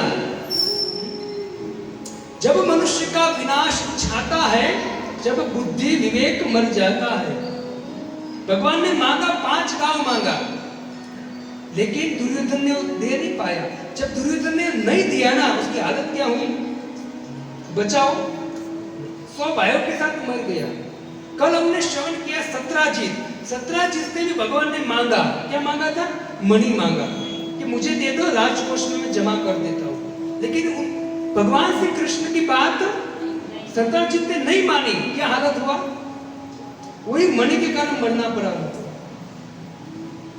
वैसे भगवत गीता में भगवान मांगते हैं। क्या मांगते हैं? कि आप जो भी कार्य करते हो मेरे लिए करो, क्योंकि मैं ईश्वर हूं। पितामह जगतो माता धाता। तो वास्तव में ये शास्त्र का सार है। अभी बहुत ऐसे वक्ता होते हैं जो एक बात बोलने से भी डरते हैं। उनको लगता है कि ऐसी बात बोलेंगे तो श्रोता ऐसा समझेंगे कि वक्ता जो है ये प्रभु जी हैं, वो कुछ लेने आए हैं। ऐसे डर के मारे भी वो सत्य नहीं बोल पाते हैं। कोई वक्ता ऐसे होते हैं जो सत्य बोलने के बाद बहुत सारे प्रश्न उठते हैं शास्त्र की बात, तो उनको डर लगता है कि सत्य बोल दूंगा तो श्रोता मुझसे प्रश्न करेंगे, उनका जवाब मैं कहां से दूंगा? ये भी डर है। लेकिन वास्तव में ऐसे चीज श्रीमद् भागवतम गीता के शब्द श्रोता को कहना पड़ेगा। यदि नहीं कहेंगे ना तो वास्तव में सबसे बड़ा दोष है। आपको ये व्यासपीठ है पवित्र, और व्यासपीठ पे बैठने वाले को क्या बोलना चाहिए? वेद व्यास जी के शब्द बोलने चाहिए। ऐसे चीज तभी जीव का कल्याण होगा, और यही भगवान की कृपा है। इसे वास्तव में इसलिए मैं आपको कह रहा हूं कि भगवान मांगते हैं, यद करोषि यदश्नासि, अब मुझे दो। पत्रम पुष्पम फलम तोयम यो मे भक्ता प्रश्न, मुझे दो। क्या भगवान को जरूरत है सबकी? आपके पत्ते की, फल की, फूल की, खाने पीने की जरूरत है? नहीं, भगवान को कोई जरूरत नहीं है, क्योंकि भगवान के धाम में करोड़ों करोड़ों लक्ष्मियां भगवान की चरण पखारती है। करोड़ों करोड़ लक्ष्मियां भगवान के लिए भोजन पकाती है, भगवान को कोई जरूरत नहीं है, लेकिन भगवान मांगते क्यों है? किसके लिए? हमारे कल्याण के लिए। तो ये सब इस शास्त्र का सिद्धांत है। इससे आज माता जी, प्रीति माता जी ने मुझे कॉल किया कि प्रभु जी आज कथा में आप अनाउंसमेंट करना कि सब लोग कल जन्माष्टमी, भगवान का जन्मदिन है, तो कल सब माताएं भगवान के लिए एक दोना भर भर के 2-3 आइटम बनाकर लाए, है ना, सब 56 भोग में रखे। यदि कुछ लाएगी भगवान के लिए, उसका कल्याण हो जाएगा। तो आपको निवेदन करता हूँ, कल आप आइए और आप कुछ ना कुछ 2-3 आइटम स्वीट जो भी है भगवान के भोग के लिए बनाकर लेकर आ सकते हो।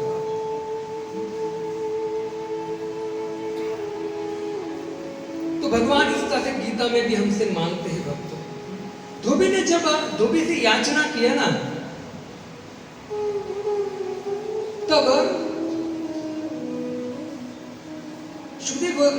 प्रभुपाद जी तात्पर्य में कहते हैं कि भगवान को रखने की आदत नहीं है।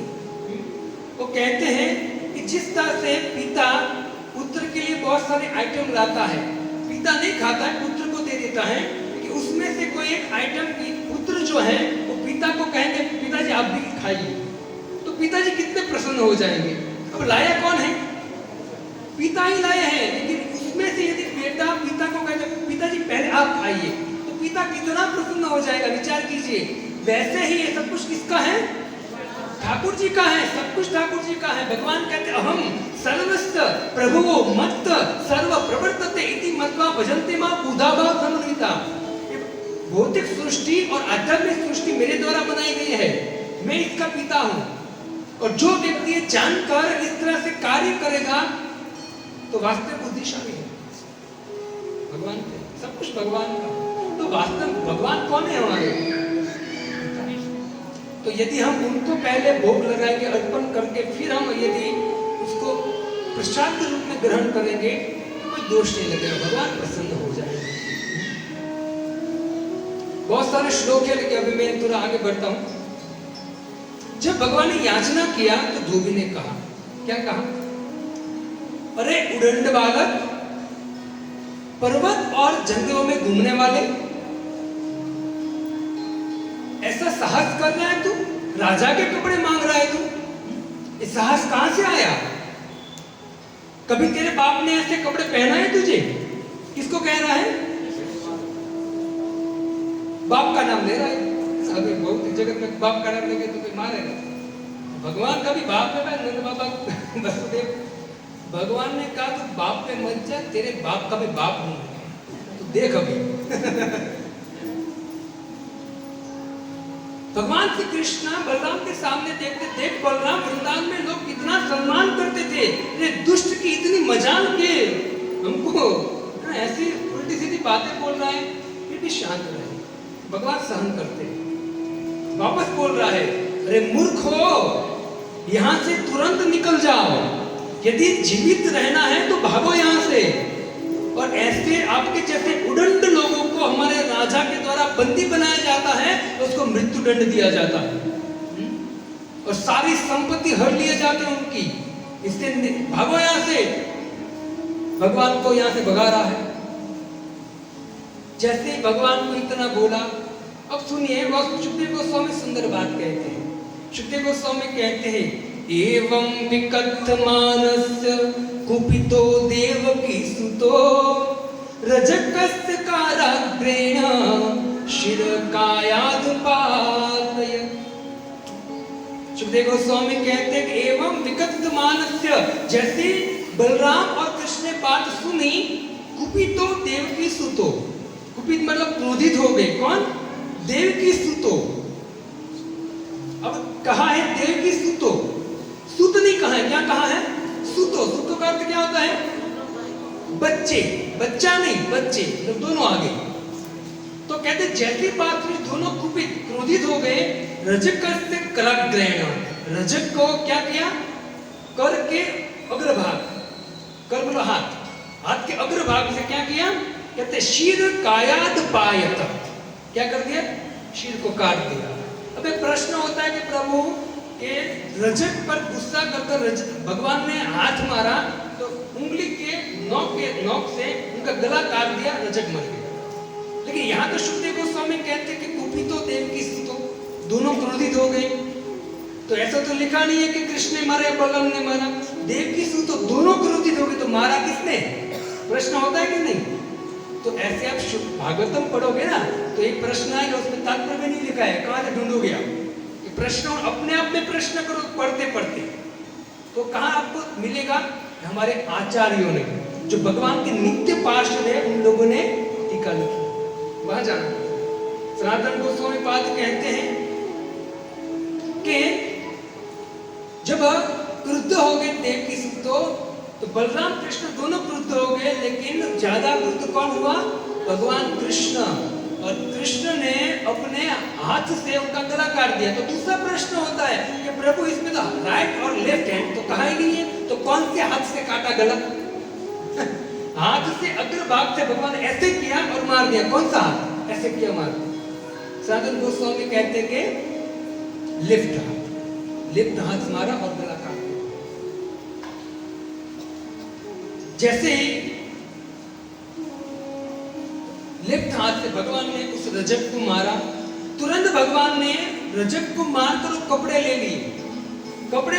तो रजक को जैसे मारा तो बहुत सारे धोबी थे, बहुत सारे गधे थे, वो देखकर भगवान को देखकर के रजक को, हमारा मेन व्यक्ति को तो मर्डर हो गया, सब भागे वहां से, गधे के सही भाग गए। और सबने विचार करे अपने आप कि यहाँ से इस तरह से भागो के पीछे नहीं आने चाहिए, यदि पीछे आ गए तो पीछे आकर भी मार देंगे हम, तो मतलब दुम दबा कर भाग गए। भगवान श्री कृष्ण, सुखदेव गोस्वामी कहते हैं, भगवान श्री कृष्ण ने वस्त्र ले लिया।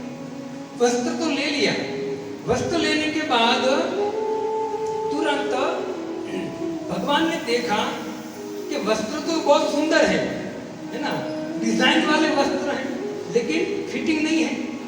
फिटिंग भी होने चाहिए ना। कैसा फिटिंग था? जैसे रात में वो नाइट ड्रेस पहनते हैं ना, ढीला ढाला, ऐसा हो रहा था भगवान को। भगवान बोले नहीं, फिटिंग होना चाहिए बढ़िया, अब क्या करें? गोपालों ने कहा कि प्रभु हमारा क्या करें, आप भी ले लो। सबने ले लिया राजा के कपड़े। जैसे ले लिया, सुखदेव गोस्वामी कहते हैं कि देखो भगवान करुणा सिंधु है। ये भगवान ने रजत को इसलिए मार दिया क्योंकि भगवान को त्रेता युग की याद आ गई। त्रेता युग में यही धोबी के कारण सीता को वन में छोड़ना पड़ा था। तो भगवान याद करके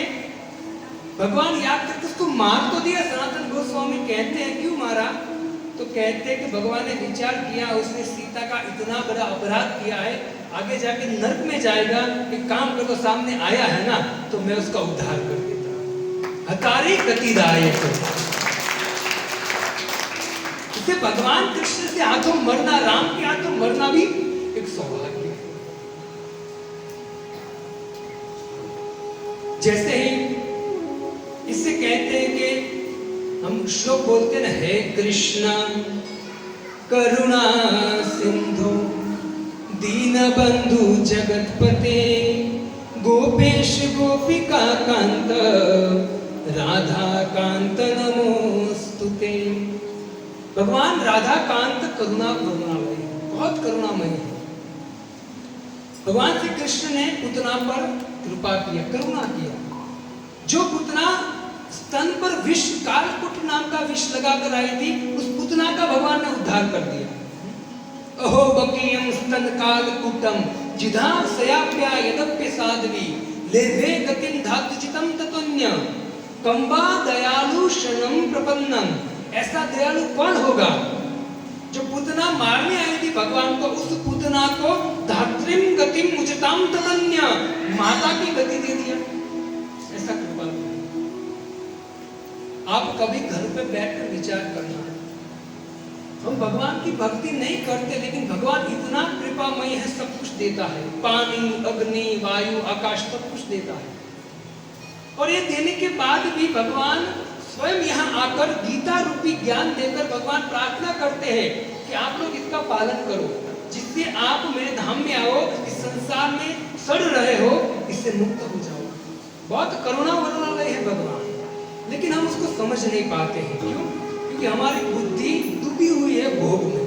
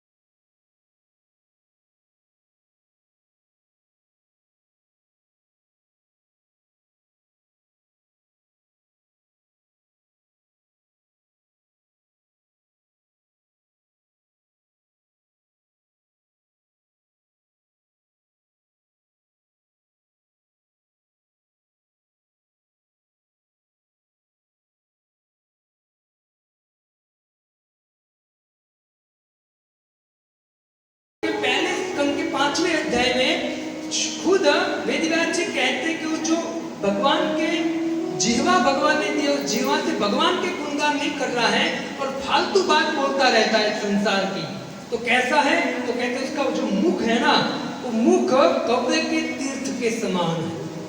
कौवे के तीर्थ के समान है। कौवा कहाँ जाकर बैठता है? गटर में, गंदगी में बैठता है। तो उसका मुख भी ऐसा ही है, कौवे के तीर्थ के जैसा। इसलिए इस वाणी को सार्थक करने के लिए भगवान का नाम का उच्चारण करना चाहिए, भगवान की कथाओं का गान करना चाहिए। वरना बड़े बड़े महापुरुष ऐसे लोगों को क्या कहते? कौवे का तीर्थ। नयत्वचम चित्र पदम हरे यशो जगत पवित्र प्रगुणित करहिची। नयत्वचम चित्र पदम हरे यश, जो व्यक्ति यश, भगवान का यश नहीं गाता, वो भगवान का यश कैसा है? तो कहते हैं जगत पवित्रम प्रगुणित करहिची।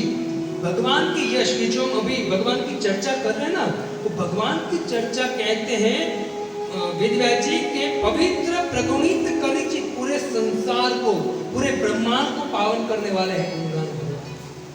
यदि व्यक्ति वो नहीं करते अपने जीवा से, यद्वायसम, वो कैसा है? कौवे के समान है। वायसम मतलब कौवा।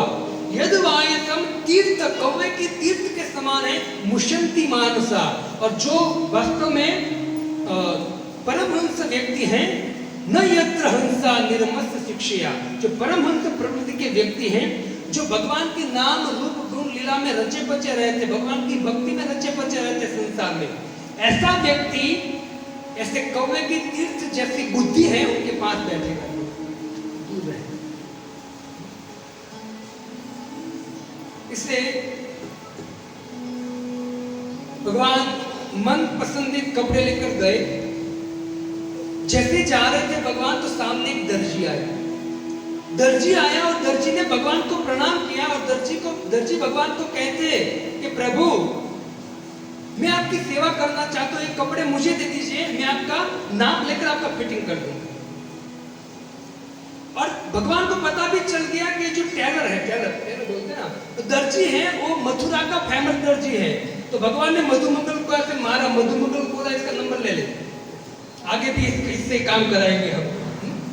तो टेलर के पास गए, दर्जी के पास, सब काम छोड़ दिया, दर्जी जितना भी काम था सब छोड़ दिया, और भगवान के भक्तों का कपड़े फिटिंग करने में लग गया। तो ये दर्जी जो था ना, वो दर्जी कौन था?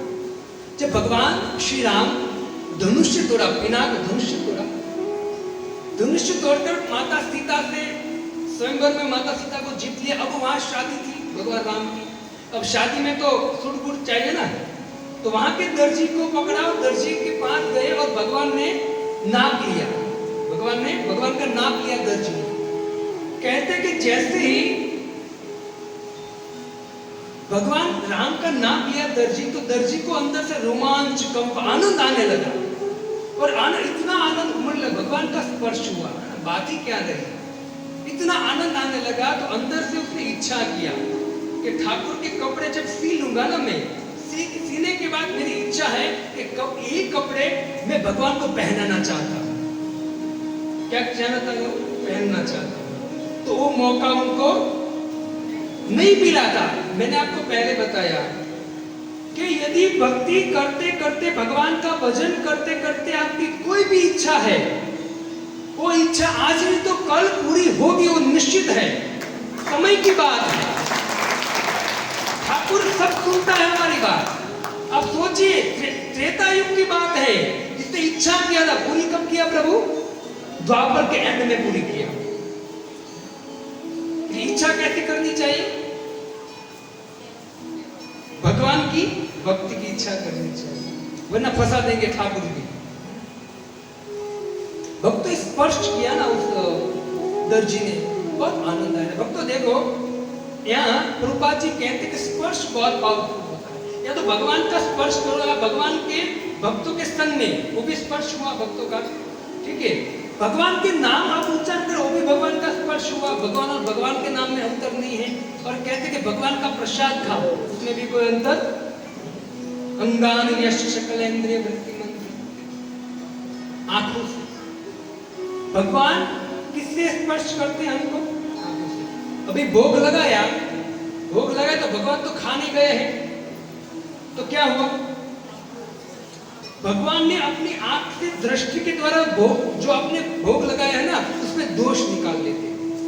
क्योंकि वो जो अन्न आप लेकर आए हो ना, कमा कर लेकर आए, उसमें अनेक दोष होते हैं, अनेक झूठ बोलना पड़ता है, अनेक दोष, अनेक पाप होते हैं। जब लेकर हम घर पे आते हैं और भगवान को न भोग लगाते हैं, भोग नहीं लगाते, ऐसे खा जाते हैं, तो क्या खाते हैं हम?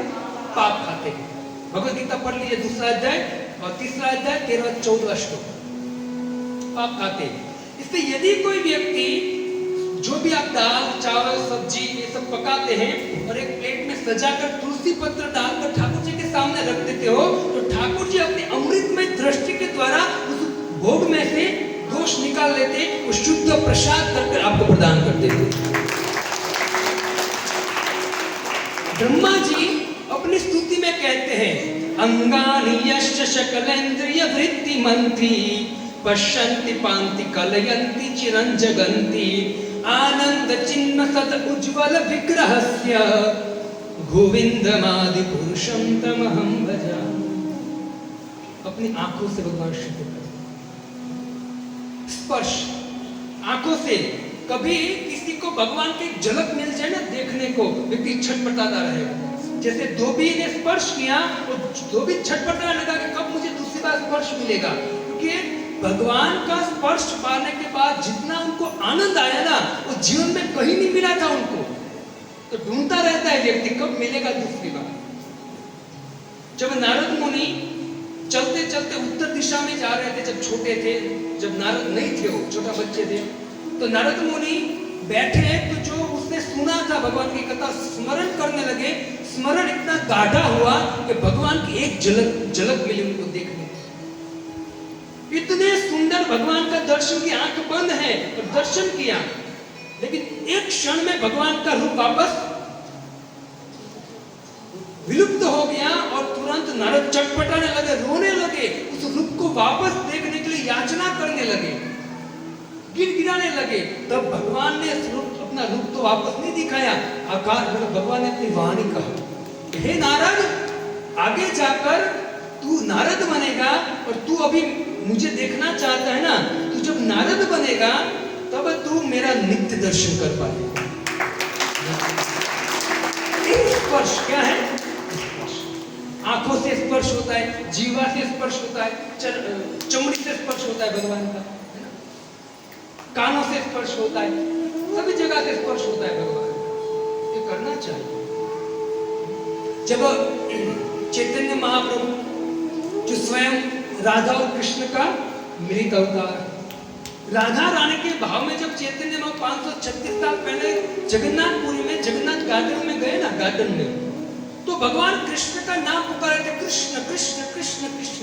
उसी समय कविराज गोस्वामी कहते हैं सुंदर वृक्ष के नीचे भगवान की एक झलक मिली देखने को, चैतन्य महाप्रभु स्वयं राधा रानी। जैसी झलक मिली, भगवान झलक देकर तुरंत चले गए। चैतन्य महाप्रभु रोने लगे, लौटने लगे। गोस्वामी कहते हैं, कहाँ मोर प्राणनाथ मुरली बदन, कहाँ जाऊं कहाँ पाऊं ब्रजेंद्र नंदन। मैं कहाँ जाऊं, मैं कहाँ मुझे मिलेंगे ब्रजेंद्र नंदन कृष्ण, कहाँ जाऊं? रोने लगे चैतन्य महाप्रभु। किसके भाव में है? राधा। और जब भगवान को देखा ना, एक झलक देखी भगवान कैसे थे, तो वो भी वर्णन आया है, त्रिभंग सुंदर देहा मुरली वादन। कैसे थे? त्रिभंग। अब चैतन्य महाप्रभु दर्शन किया, कविराज गोस्वामी क्या है, भगवान कैसे लग रहे थे, तो कहते त्रिभंग सुंदर देहा मुरली वादन। त्रिभंग है, त्रिभंग सुंदर देहा मुरली वादन, पीतांबर वन माला मदन मोहन। पीतांबर पहना, वन माला पहना था भगवान ने। कभी कभी व्यक्ति को टेस्ट लग जाता है किसका?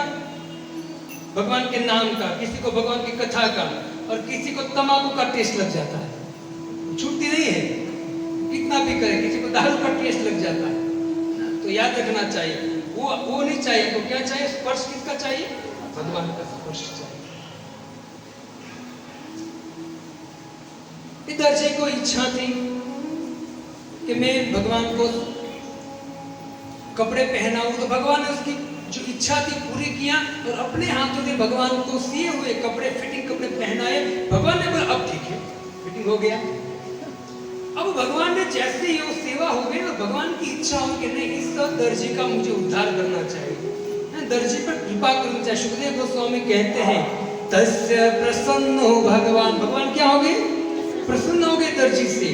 तस्य प्रसन्नो भगवान प्रादात सारूप्य आत्मन, भगवान दर्जी को कहते हैं कि मैं तुझे सारूप्य मुक्ति देता हूं। जैसे तुम शरीर छोड़ेगा ना, यहाँ ये शरीर छोड़ेगा, तुझे मुक्ति मिल जाएगी। कैसे मुक्ति मिल जाएगी? सारूप्य, मतलब जैसा मेरा रूप है ना, वैसे रूप में तो वैकुंठ में वास करेगा।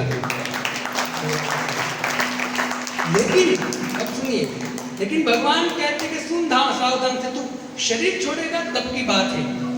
उससे पहले कहते श्रियं च परमो लोके बलेश्वर स्मृतिन्द्रिय, भगवान कहते जीते जी तेरे में अगाध बल आ जाएगा, अगाध ऐश्वर्यवान हो जाएगा तू, शारीरिक बल आ जाएगा, इंद्रियों में बल आ जाएगा, यश आ जाएगा तुझे।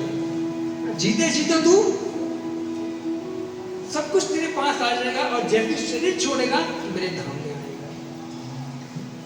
भक्तों, ये जो दर्जी था ना, वो दर्जी और कोई नहीं था। वो दर्जी कौन था?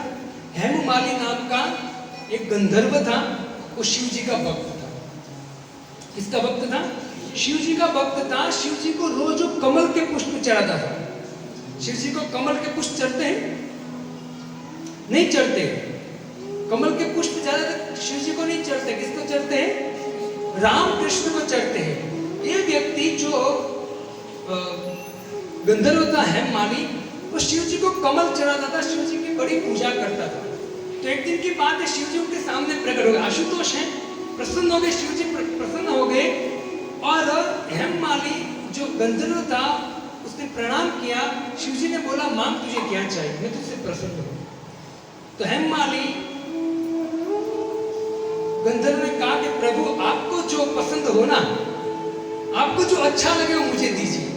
क्या दीजिए? आपको जो अच्छा लगे वो दीजिए, है ना। तो इसलिए जो एक दर्जी था, उनको शिव जी की भी कृपा पात्र था, और उनके कारण उनको किसकी भक्ति मिली? राम और कृष्ण की भक्ति मिली। रामायण पढ़ोगे तो रामायण में तुलसीदास जी कहते हैं जो व्यक्ति शिव भक्त है ना, शिव भक्त है, तो शिव की जब कृपा मिलती है तो कृपा के नाम पर क्या मिलता है? तो कहते हैं कि शिव सेवा कर फल सोई, जो व्यक्ति शिव की सेवा करता है अविचल भक्ति राम पद होई, उनको अविचल भक्ति मिलती है। किसकी? राम कृष्ण। ये शिव जी की कृपा है वास्तव। भगवान ने आशीर्वाद दिया।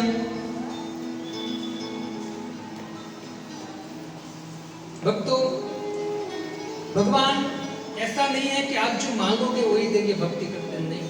अब बलि महाराज के सामने भगवान प्रकट हुए ना, जब भगवान बलि के सामने थे, बलि ने सब कुछ भगवान को अर्पण कर दिया। भगवान ने बहुत परीक्षा लिया बलि की, लेकिन बलि परीक्षा से उत्तीर्ण हो गया, तो बलि से प्रसन्न होकर भगवान उनको दे रहे हैं। लोग कहते हैं कि बलि ने भगवान को सब कुछ समर्पित कर दिया, फिर भी भगवान ने बलि को बांध दिया। नहीं, सिद्धांत समझने का प्रयत्न कीजिए। भगवान ने बलि की परीक्षा लिया, बलि को 2, 5, 10 मिनट, आधा घंटे के लिए बांधा, लेकिन जब बलि उस परीक्षा में उत्तीर्ण हो गया तो भगवान ने बलि पर इतनी कृपा किया कि बलि आधा घंटे के लिए भगवान ने बांधा, लेकिन बलि के सामने भगवान पूरा जीवन बंध गए। जब बलि पर कृपा करने की बारी आई तो भगवान प्रसन्न होकर कहते एष में प्राप्तो स्थानम दुष्पापम मरेरपि, हे बलि मैं तुझे स्थान देता हूं। कौन सा? तो कहते सावर्णे अंतरस्य अयम भविष्य भवितेन्द्रो मदाश्रय, मैं तुझे स्थान देता हूं, सूतल लोक देता हूं। क्या देता हूं? सूतल लोक। अब देखो सूतल लोक ऐसा लोक है जो इंद्र को भी दुर्लभ है, ऐसा सूतल लोक है। सूतल लोक का राजा बलि को बना दिया। चलो बलि को राजा बनना था इंद्र लोक का, मतलब स्वर्ग का, वो तो असंभव नहीं है क्योंकि वो तो इंद्र का था। तो भगवान ने किसका दिया? सूतल लोक दे दिया जो इंद्र को भी दुर्लभ है। और इतना देने के बाद भगवान थमे नहीं, भगवान इतने प्रसन्न हो गए बलि से, भगवान आगे बोले सावर्णे अंतरस्य अयम, मैं तुझे वचन देता हूं कि सावर्णी मनमंत्र जब आएगा ना, तो सावर्णी मनमंत्र में तेरी जो अभी इच्छा है ना, तू इंद्र बनना चाहता है ना, अभी तो नहीं बन पाएगा। इंद्र से भी अच्छा राज्य मैं तुझे देता हूं सूतल लोक का, लेकिन जब तू सावर्णी मनमंत्र आएगा ना, तो सावर्णी मनमंत्र मैं तुझे इंद्र बना दूंगा। इच्छा तो पूरी करूंगा तेरी, लेकिन थोड़ा सा वेट करना पड़ेगा तुझे। ये है ठाकुर।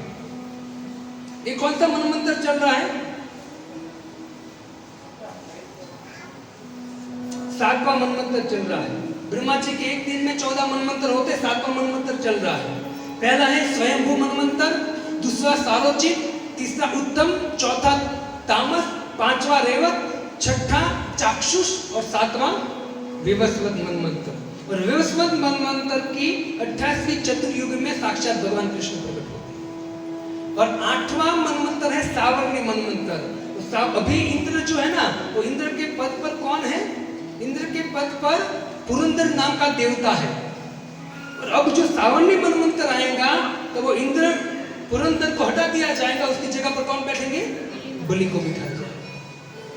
तो भगवान सब कुछ सुनते हैं और फिर भी भगवान रुकते नहीं है। और एक शब्द सुनिए, फिर भी रुकते नहीं है। तो भगवान बलि को क्या कहते हैं पता है? बलि को कहते हैं रक्षिष्ये सर्वतो अहम, है बलि मैं तेरी सभी तरह से रक्षा करूंगा, सभी तरह से रक्षा करूंगा। तुझे ये देवता परास्त नहीं कर पाएंगे, नीचे सूतल लोक में आएंगे तुझे परास्त नहीं कर पाएंगे। और यदि तुझे दानव परेशान करेंगे ना, मैं तुझे वचन देता हूं कि मेरे सुदर्शन चक्र से उस दानव का गला काट दूंगा। रक्षिष्य मैं रक्षा करूंगा तेरी। और फिर कहते तेरे अकेले की नहीं, किसकी? स्वानुगा सब परिच्छदम, तेरी नहीं तेरे पूरे परिवार की रक्षा करूंगा। और तीसरी बात, और अभी भगवान रुक नहीं रहे, इतने प्रसन्न हो गए, देते जा रहे, देते जा रहे। तीसरा कहते हैं सदा सन्निहितम वीर, हे वीर मैं सदा तेरे पास रहूं।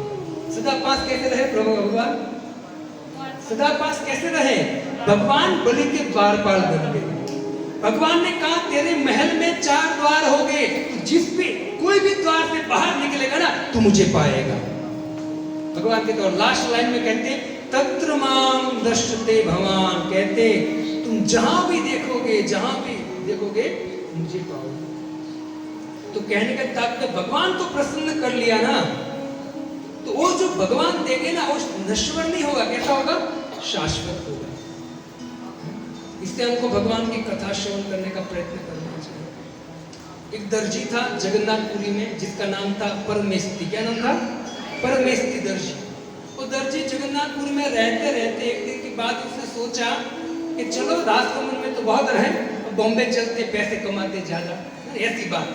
तो जगन्नाथपुरी छोड़कर दिल्ली गया कमाने के लिए। अब दिल्ली गया, बहुत अच्छा दर्जी होने के कारण वो शाहजहां 450 साल की बात है पूर्व बात, शाहजहां जो राजा थे, तो उनके कपड़े सीना चालू किया इसने और इतना सुंदर सीता था। शाहजहां उससे बहुत प्रसन्न था। एक दिन की बात थी, वो राजा की पुत्री का शादी थी। तो राजा ने बोला ये 2 तकिए, और तकियों में तुझे हीरे लगाना है और हीरे मोतियों की झालर लगानी है, तकियों को सीना है। इतना बोला वो परमेष्ठी ब्राह्मण बोला दर्जी।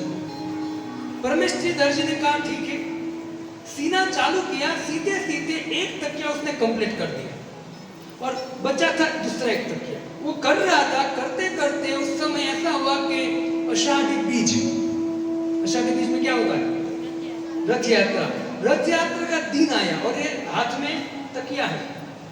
वो दिन आया, परमेष्ठी जो दर्जी था, उनको जगन्नाथ जी का स्मरण आया वो दिन का कि देखो ये जो समय है, आज के दिन रथ यात्रा निकलेंगे और ये जो समय है, इस समय पर जगन्नाथ जी हैं, वो क्या करते थे, पहाड़ी उत्सव होता है। पहाड़ी उत्सव का अर्थ क्या है, जगन्नाथ जी को मंदिर से बाहर लाते हैं और कहाँ चढ़ाते हैं, रथ पर। और रथ पर लाने से पहले जगन्नाथ जी को बहुत बार रखना पड़ता है नीचे, क्योंकि ठाकुर बहुत भारी है। अगले जो पिछली रथ यात्रा गई, आपने कोई वीडियो देखा होगा आपने, जगन्नाथ जी को नीचे गिराने वाले थे सब पंडे, इतने भारी होते हैं भगवान। तो तब क्या रखते, भगवान को बीच बीच में रखते हैं नीचे, और जब नीचे रखते तो बड़े बड़े गद्दे होते हैं प्रभु, रुई के गद्दे के ऊपर रखते हैं। और जैसे रुई के गद्दे के ऊपर जगन्नाथ जी को रखते हैं तो रुई के गद्दे फट जाते हैं, अंदर से रुई, वो उत्सव होता है।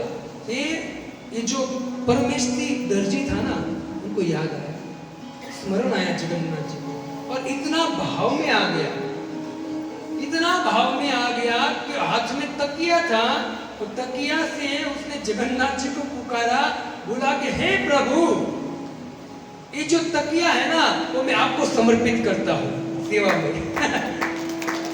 हुआ ऐसा कि जैसे उसने बोला तकिया मैं आपको समर्पित करता हूँ, तकिया हाथ से गायब हो गया, भगवान ने स्वीकार कर लिया। अब राजा पूछे कि तकिया कहाँ है दूसरा, क्या जवाब दे। इसने बोला कि भाई मैं बैठा था तो मैं जगन्नाथ जी को याद किया, मैंने तकिया ऐसा किया, जगन्नाथ जी ले लिया। कोई मानेगा? मानेगा प्रभु? कोई नहीं मानेगा। और राजा ने बोला इसको पकड़ो, इसको दंड दो, जेल में डाल दिया। और दंड देने की बारी आई, उसी समय कहते कि राजा के स्वप्न में कृष्ण और बलराम दोनों आए, सामने आए और बहुत डांटा उसने, और कहता कि मेरा भक्त है परमेश्वर, उसको तुम मुक्त कर दो। कहते वो दर्जी को मुक्त कर दिया राजा ने। कि दर्जी को पता चला, थोड़े समय के बाद पता चला कि जो मैंने तकिया मेरे हाथ से गायब हो गया था, वही तकिए के ऊपर जगन्नाथ जी का शयन होता है। इतना सुनते ही उसने दिल्ली छोड़कर वापस जगन्नाथपुरी चला गया, और अब नहीं छोड़ूंगा जगन्नाथ को। तो दर्जी की बात आई तो मैंने बात की। इसे भक्तों, ये जो भाव है ना, भाव बहुत अच्छा है, भाव बहुत अच्छा है, लेकिन शास्त्र के अनुसार होना चाहिए। और एक सुंदर बात कहना चाहता हूँ, देखो कथा जो है ना, वो कथा तो शायद कंस तक तो आज पहुंच नहीं पाएंगे हम, न तो कुबड़ी तक, उपजा तक शायद पहुंच पाएंगे।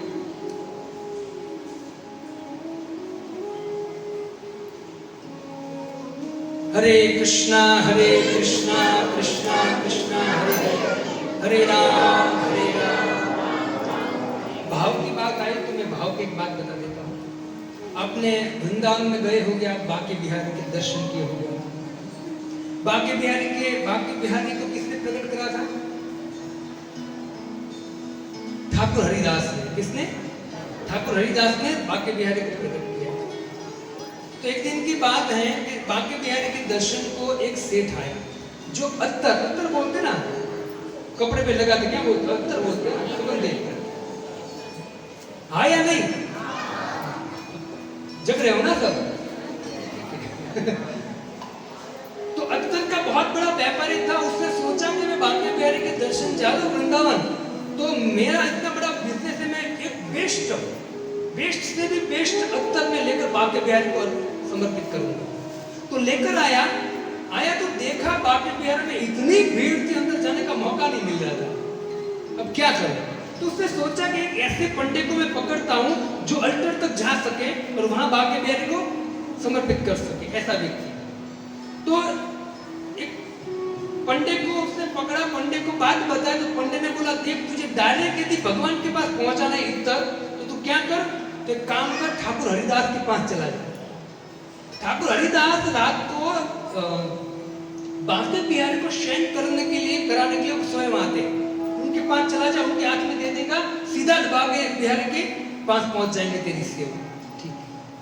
गया निधिवन कितने लोग गए? सब लोग ज्यादातर गए होंगे। निधिवन में गए, ठाकुर हरिदास से मिले। अब जैसे वहां गए ना, तो ठाकुर हरिदास जो थे, वो ठाकुर हरिदास ध्यान में थे, और और भगवान की लीला उनको सामने दिख रही, लीला में प्रवेश थे वो ठाकुर हरिदास, क्योंकि भगवान बाकी बिहारी जिसके सामने प्रकट होते हैं सामान्य व्यक्ति तो हो ही नहीं सकता। तो जो ठाकुर हरिदास थे वो एक लीला का दर्शन कर रहे थे। कौन सी लीला? होली लीला। होली खेल रहे, कृष्ण बलराम होली खेल रहे। उसमें ये सेठ आया, सेठ ने ठाकुर हरिदास के सामने अत्तर रखा और अत्तर रखकर बोला कि ठाकुर हरिदास जी ये आप बाके बिहारी को चढ़ा देना। इतना बोला, अभी खाली खड़ा था वहां। इसी समय ठाकुर हरिदास क्या देख रहे थे? ठाकुर हरिदास एक लीला देख रहे थे। लीला हो रही थी लाइव। तो लीला ऐसी थी कि भगवान श्री कृष्ण और राधा रानी दोनों होली खेल रहे हैं। तो होली खेलते खेलते राधा रानी ने कृष्ण पर कलर छिड़का तो भगवान कृष्ण के पास पिचकारी दी। तो जैसे ही कलर छिड़का तो भगवान ने ऐसे मुंह कर लिया और अपने पास जो पिचकारी थी, पिचकारी से राधा रानी को रंगने जैसे गए तो देखा तो पिचकारी खाली थी, कुछ था नहीं पिचकारी में। तो ये कौन देख रहा है? ठाकुर हरिदास देख रहे हैं कि ठाकुर जी के पास रंग नहीं है। तो तुरंत जो अत्तर पड़ा था ना, वो अत्तर लेके उसने ऐसे छिड़क दिया। समझा? मतलब वो अत्तर कृष्ण को दिया, कृष्ण ने राधा रानी पर छिड़क दिया। वो भाव में ऐसे छिड़क दिया उसने।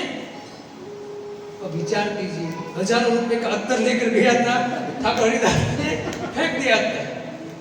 वो सेठ का दिमाग घूम गया, कैसा आदमी है,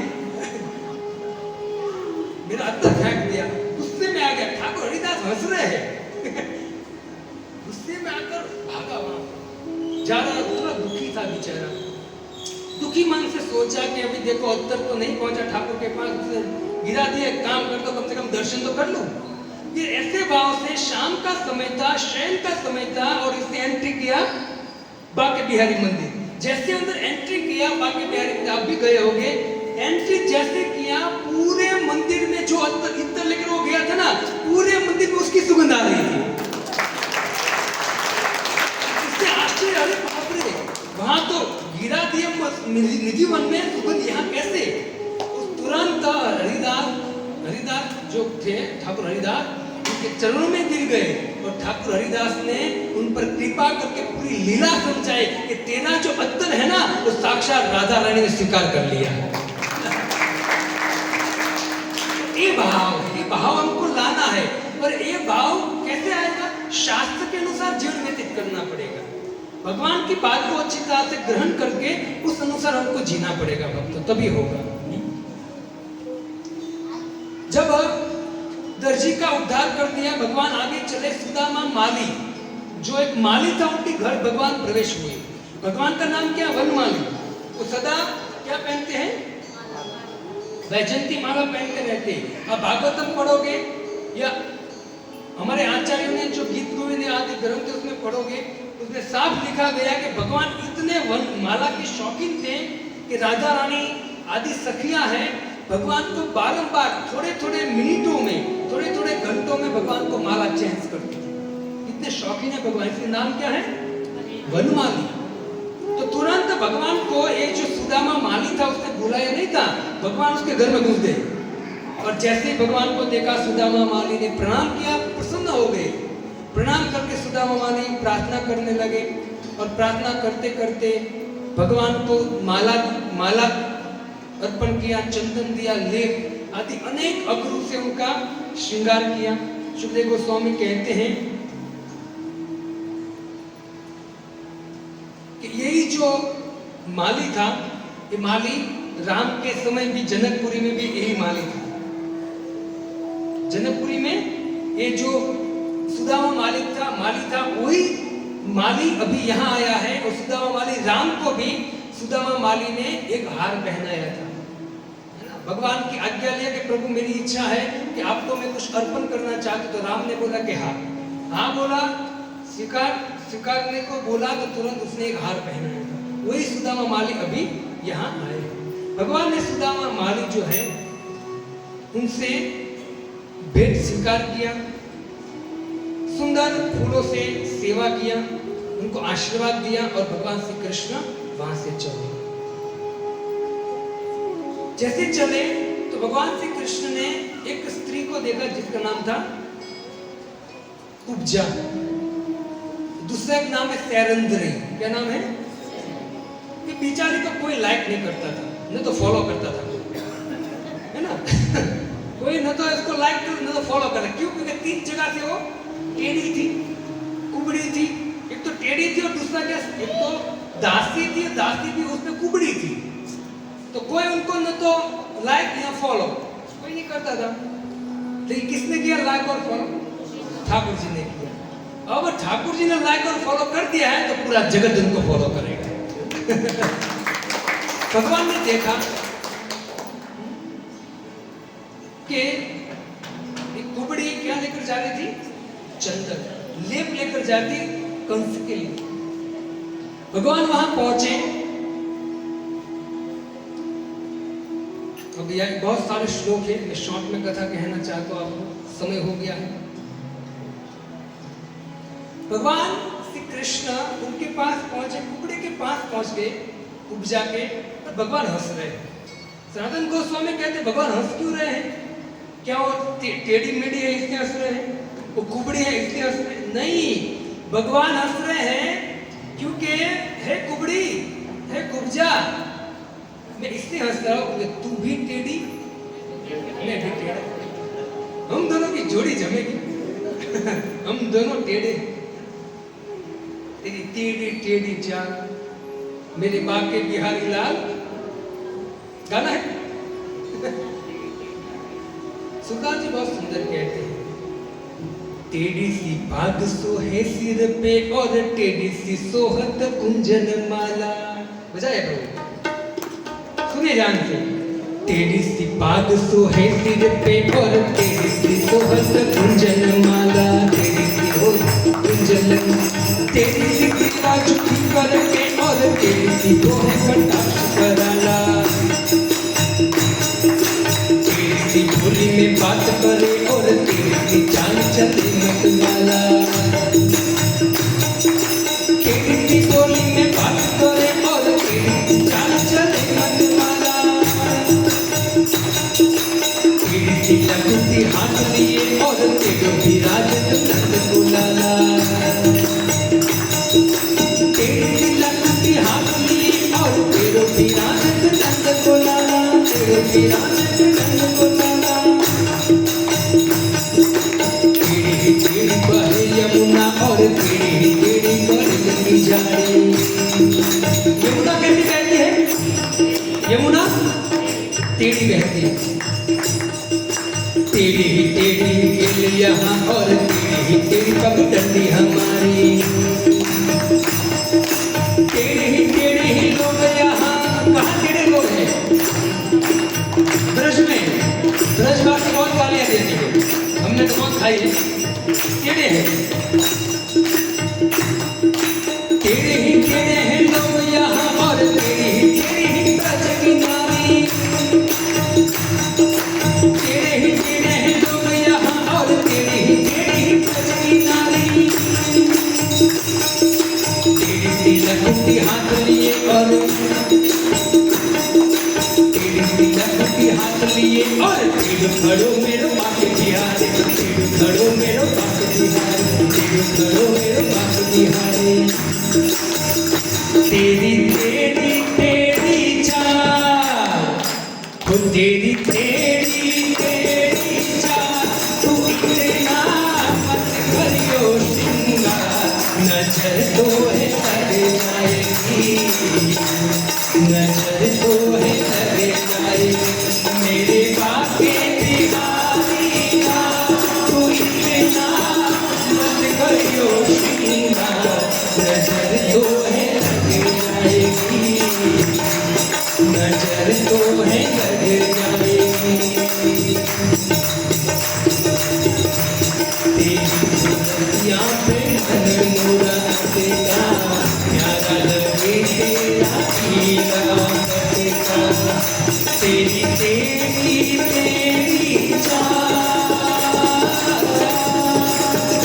तेरी तेरी तेरी चाल, तू इतना मत करियो सिंगार, नजर तो है रह जाएगी, नजर तो है रह जाएगी, मेरी बातें भी हारी ना कोई तेरा मत करियो शिंगा, नजर तो है रह जाएगी। हरे कृष्णा कृष्णा कृष्णा हरे हरे, हरे राम राम राम हरे हरे, हरे कृष्णा कृष्णा कृष्णा हरे हरे, हरे राम राम हरे हरे। कृष्णा कृष्णा कृष्णा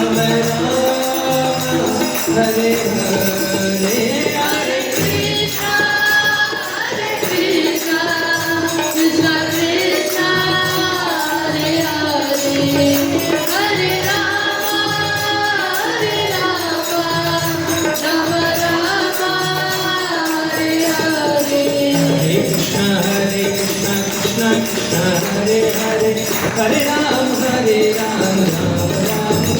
हरे। हरे कृष्णा कृष्णा कृष्णा हरे हरे, हरे राम राम राम हरे हरे। हरे कृष्णा कृष्णा कृष्णा हरे हरे, हरे राम राम हरे हरे। हरे कृष्णा कृष्णा कृष्णा हरे हरे, हरे राम राम राम हरे हरे। हरे कृष्णा कृष्णा कृष्णा हरे हरे, हरे राम राम हरे हरे। भगवान कुब्जा के पास गए। कुब्जा ने जो लेप था भगवान ने मांगा कुब्जा से, कुब्जा ने बहुत प्रसन्न हो गई और कुब्जा कृष्ण बलराम दोनों को एकदम नजदीक से क्या कर रही है, वो लेप से श्रृंगार कर। सोचे कितना भाग्य होगा उनका, एकदम नजदीक से भगवान की आंखें कुब्जा को देख रही हैं और कुब्जा की आंखें भगवान को देख रही है, और कुब्जा क्या कर रही है, श्रृंगार कर रही है। भगवान का जैसे श्रृंगार किया। देखो भक्तों, आप विग्रह की सेवा करते हो ना, लड्डू गोपाल हो, गौर निताई हो, राधा कृष्ण हो, भगवान यहाँ बहुत सुंदर सिद्धांत देते हैं। बलराम को कहा भगवान ने कि हे बलराम जी, एक कुब्जा ने क्या किया है, मेरा श्रृंगार किया है। जो व्यक्ति मेरे विग्रह का श्रृंगार करते हैं ना, उनका श्रृंगार मुझे करना ही पड़ेगा। यदि मैं मेरा श्रृंगार कुब्जा कर रहे, मैं यदि उनको ठीक नहीं करूंगा, सीधी नहीं करूंगा ना, तो संसार कहेंगे कि भगवान की विग्रह की सेवा नहीं करेंगे। कुब्जा ने किया था, उनको कुछ नहीं दिया भगवान ने, इसलिए मुझे क्या करना चाहिए, कुब्जा को सीधा करना चाहिए, उनका उद्धार करना चाहिए। भगवान श्री कृष्ण ने अपने दोनों चरण, जिस चरण की कामना योगींद्र मुनिंद्र शिव ब्रह्मादि करते हैं, उस चरण को, दोनों चरण को कुब्जा के दोनों चरण के ऊपर रखा। अपना मन वहां ले जाइए। दोनों चरण को कुब्जा के पैरों पर रखा भगवान ने, और लेफ्ट राइट जो हाथ है, वो राइट हाथ भगवान ने कुब्जा के कमर पे रखा। मन ले जाओ वहां, और दो उंगली, लेफ्ट हाथ की दो उंगली कुब्जा की ठुड्डी पर रखा, और भगवान ने ऐसे किया। डॉक्टर करते तो आवाज आता है, पता नहीं आवाज आएगी तो आपको वहीं जाना पड़ेगा पूछने के लिए।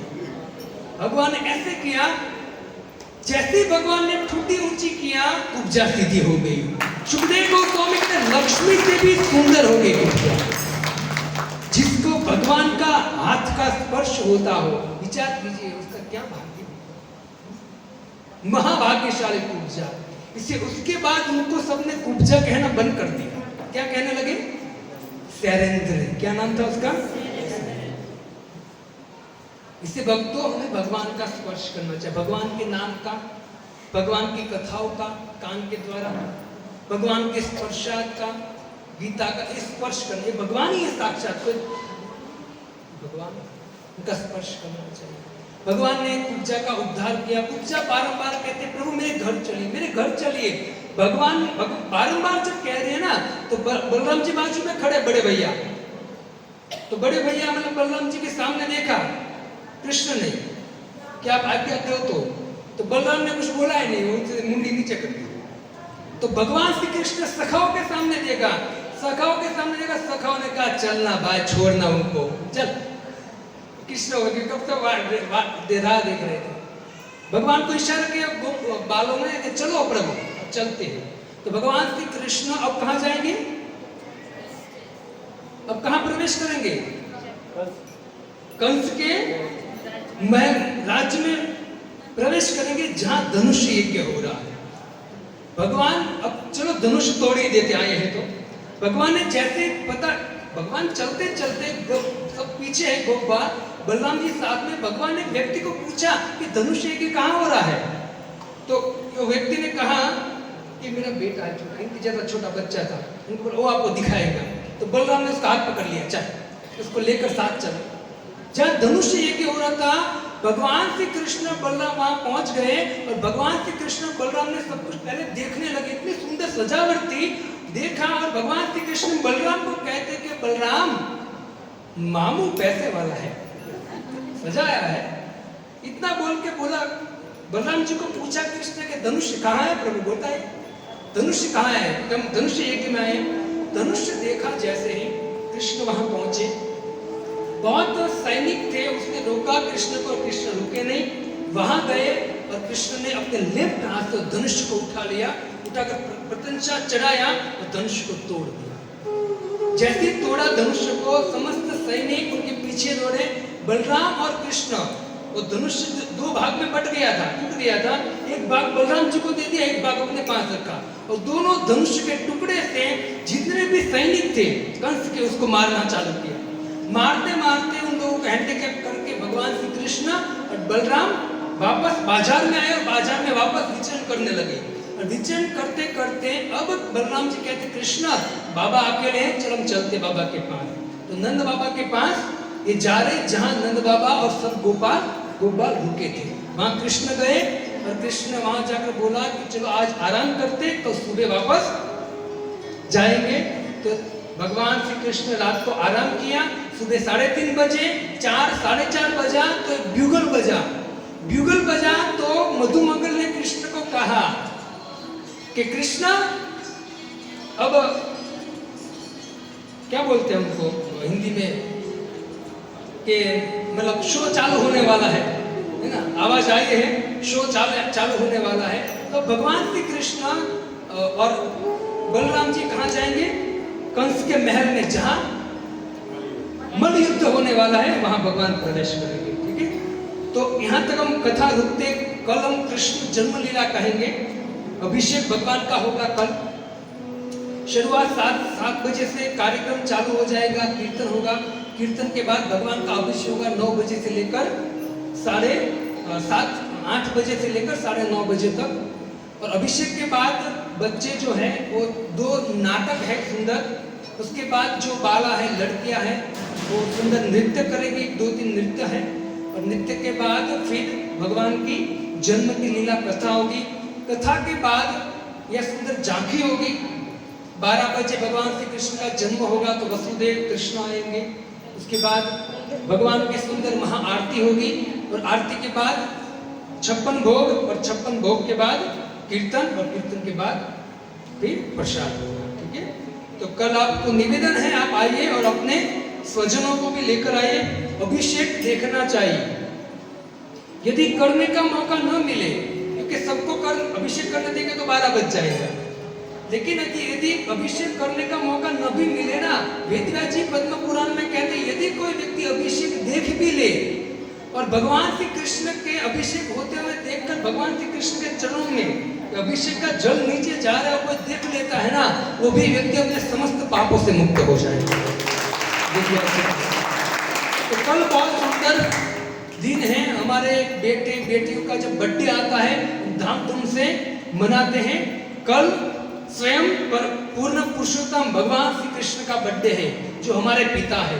तो उनके बर्थडे में हमको भी आना चाहिए, हमारे स्वजनों को भी लेकर आना चाहिए, और कम से कम लोगों को 12 बजे तक कल जगना चाहिए, है ना, भगवान का बर्थडे। और याद रखना एक बात बताओ कि जब किसी का बर्थडे होता है ना, और जिसका बर्थडे होता है वो व्यक्ति बहुत खुश होता है कि नहीं? तो ठाकुर जी कल बहुत खुश हो गए। अब कीर्तन कथा करिए और उनसे मांगना हो मांग लीजिए, कल बहुत प्रसन्न हो गए, ठीक है। और माताओं से कल निवेदन है, प्रभु से निवेदन है कि कल जो 56 भोग लगेगा उसके लिए आप कुछ भी आपके घर से जो भी आपकी इच्छा हो बनाकर लाइए। यहाँ जो 2-3 माताएं हैं, करुणा माता, प्रीति माता जी हैं, वेतन माता जी हैं, वो आपको दौड़े देंगे, उस दौड़े में फिर भगवान का ऑफरिंग होगा। 56 भोग हो या ज्यादा भी हो जाए तो भगवान को भोग लगाएंगे, तो आप इस सेवा कर सकते हो सब, ठीक है। हरे कृष्णा कृष्णा कृष्णा हरे हरे, हरे राम राम राम हरे हरे। श्रील प्रभु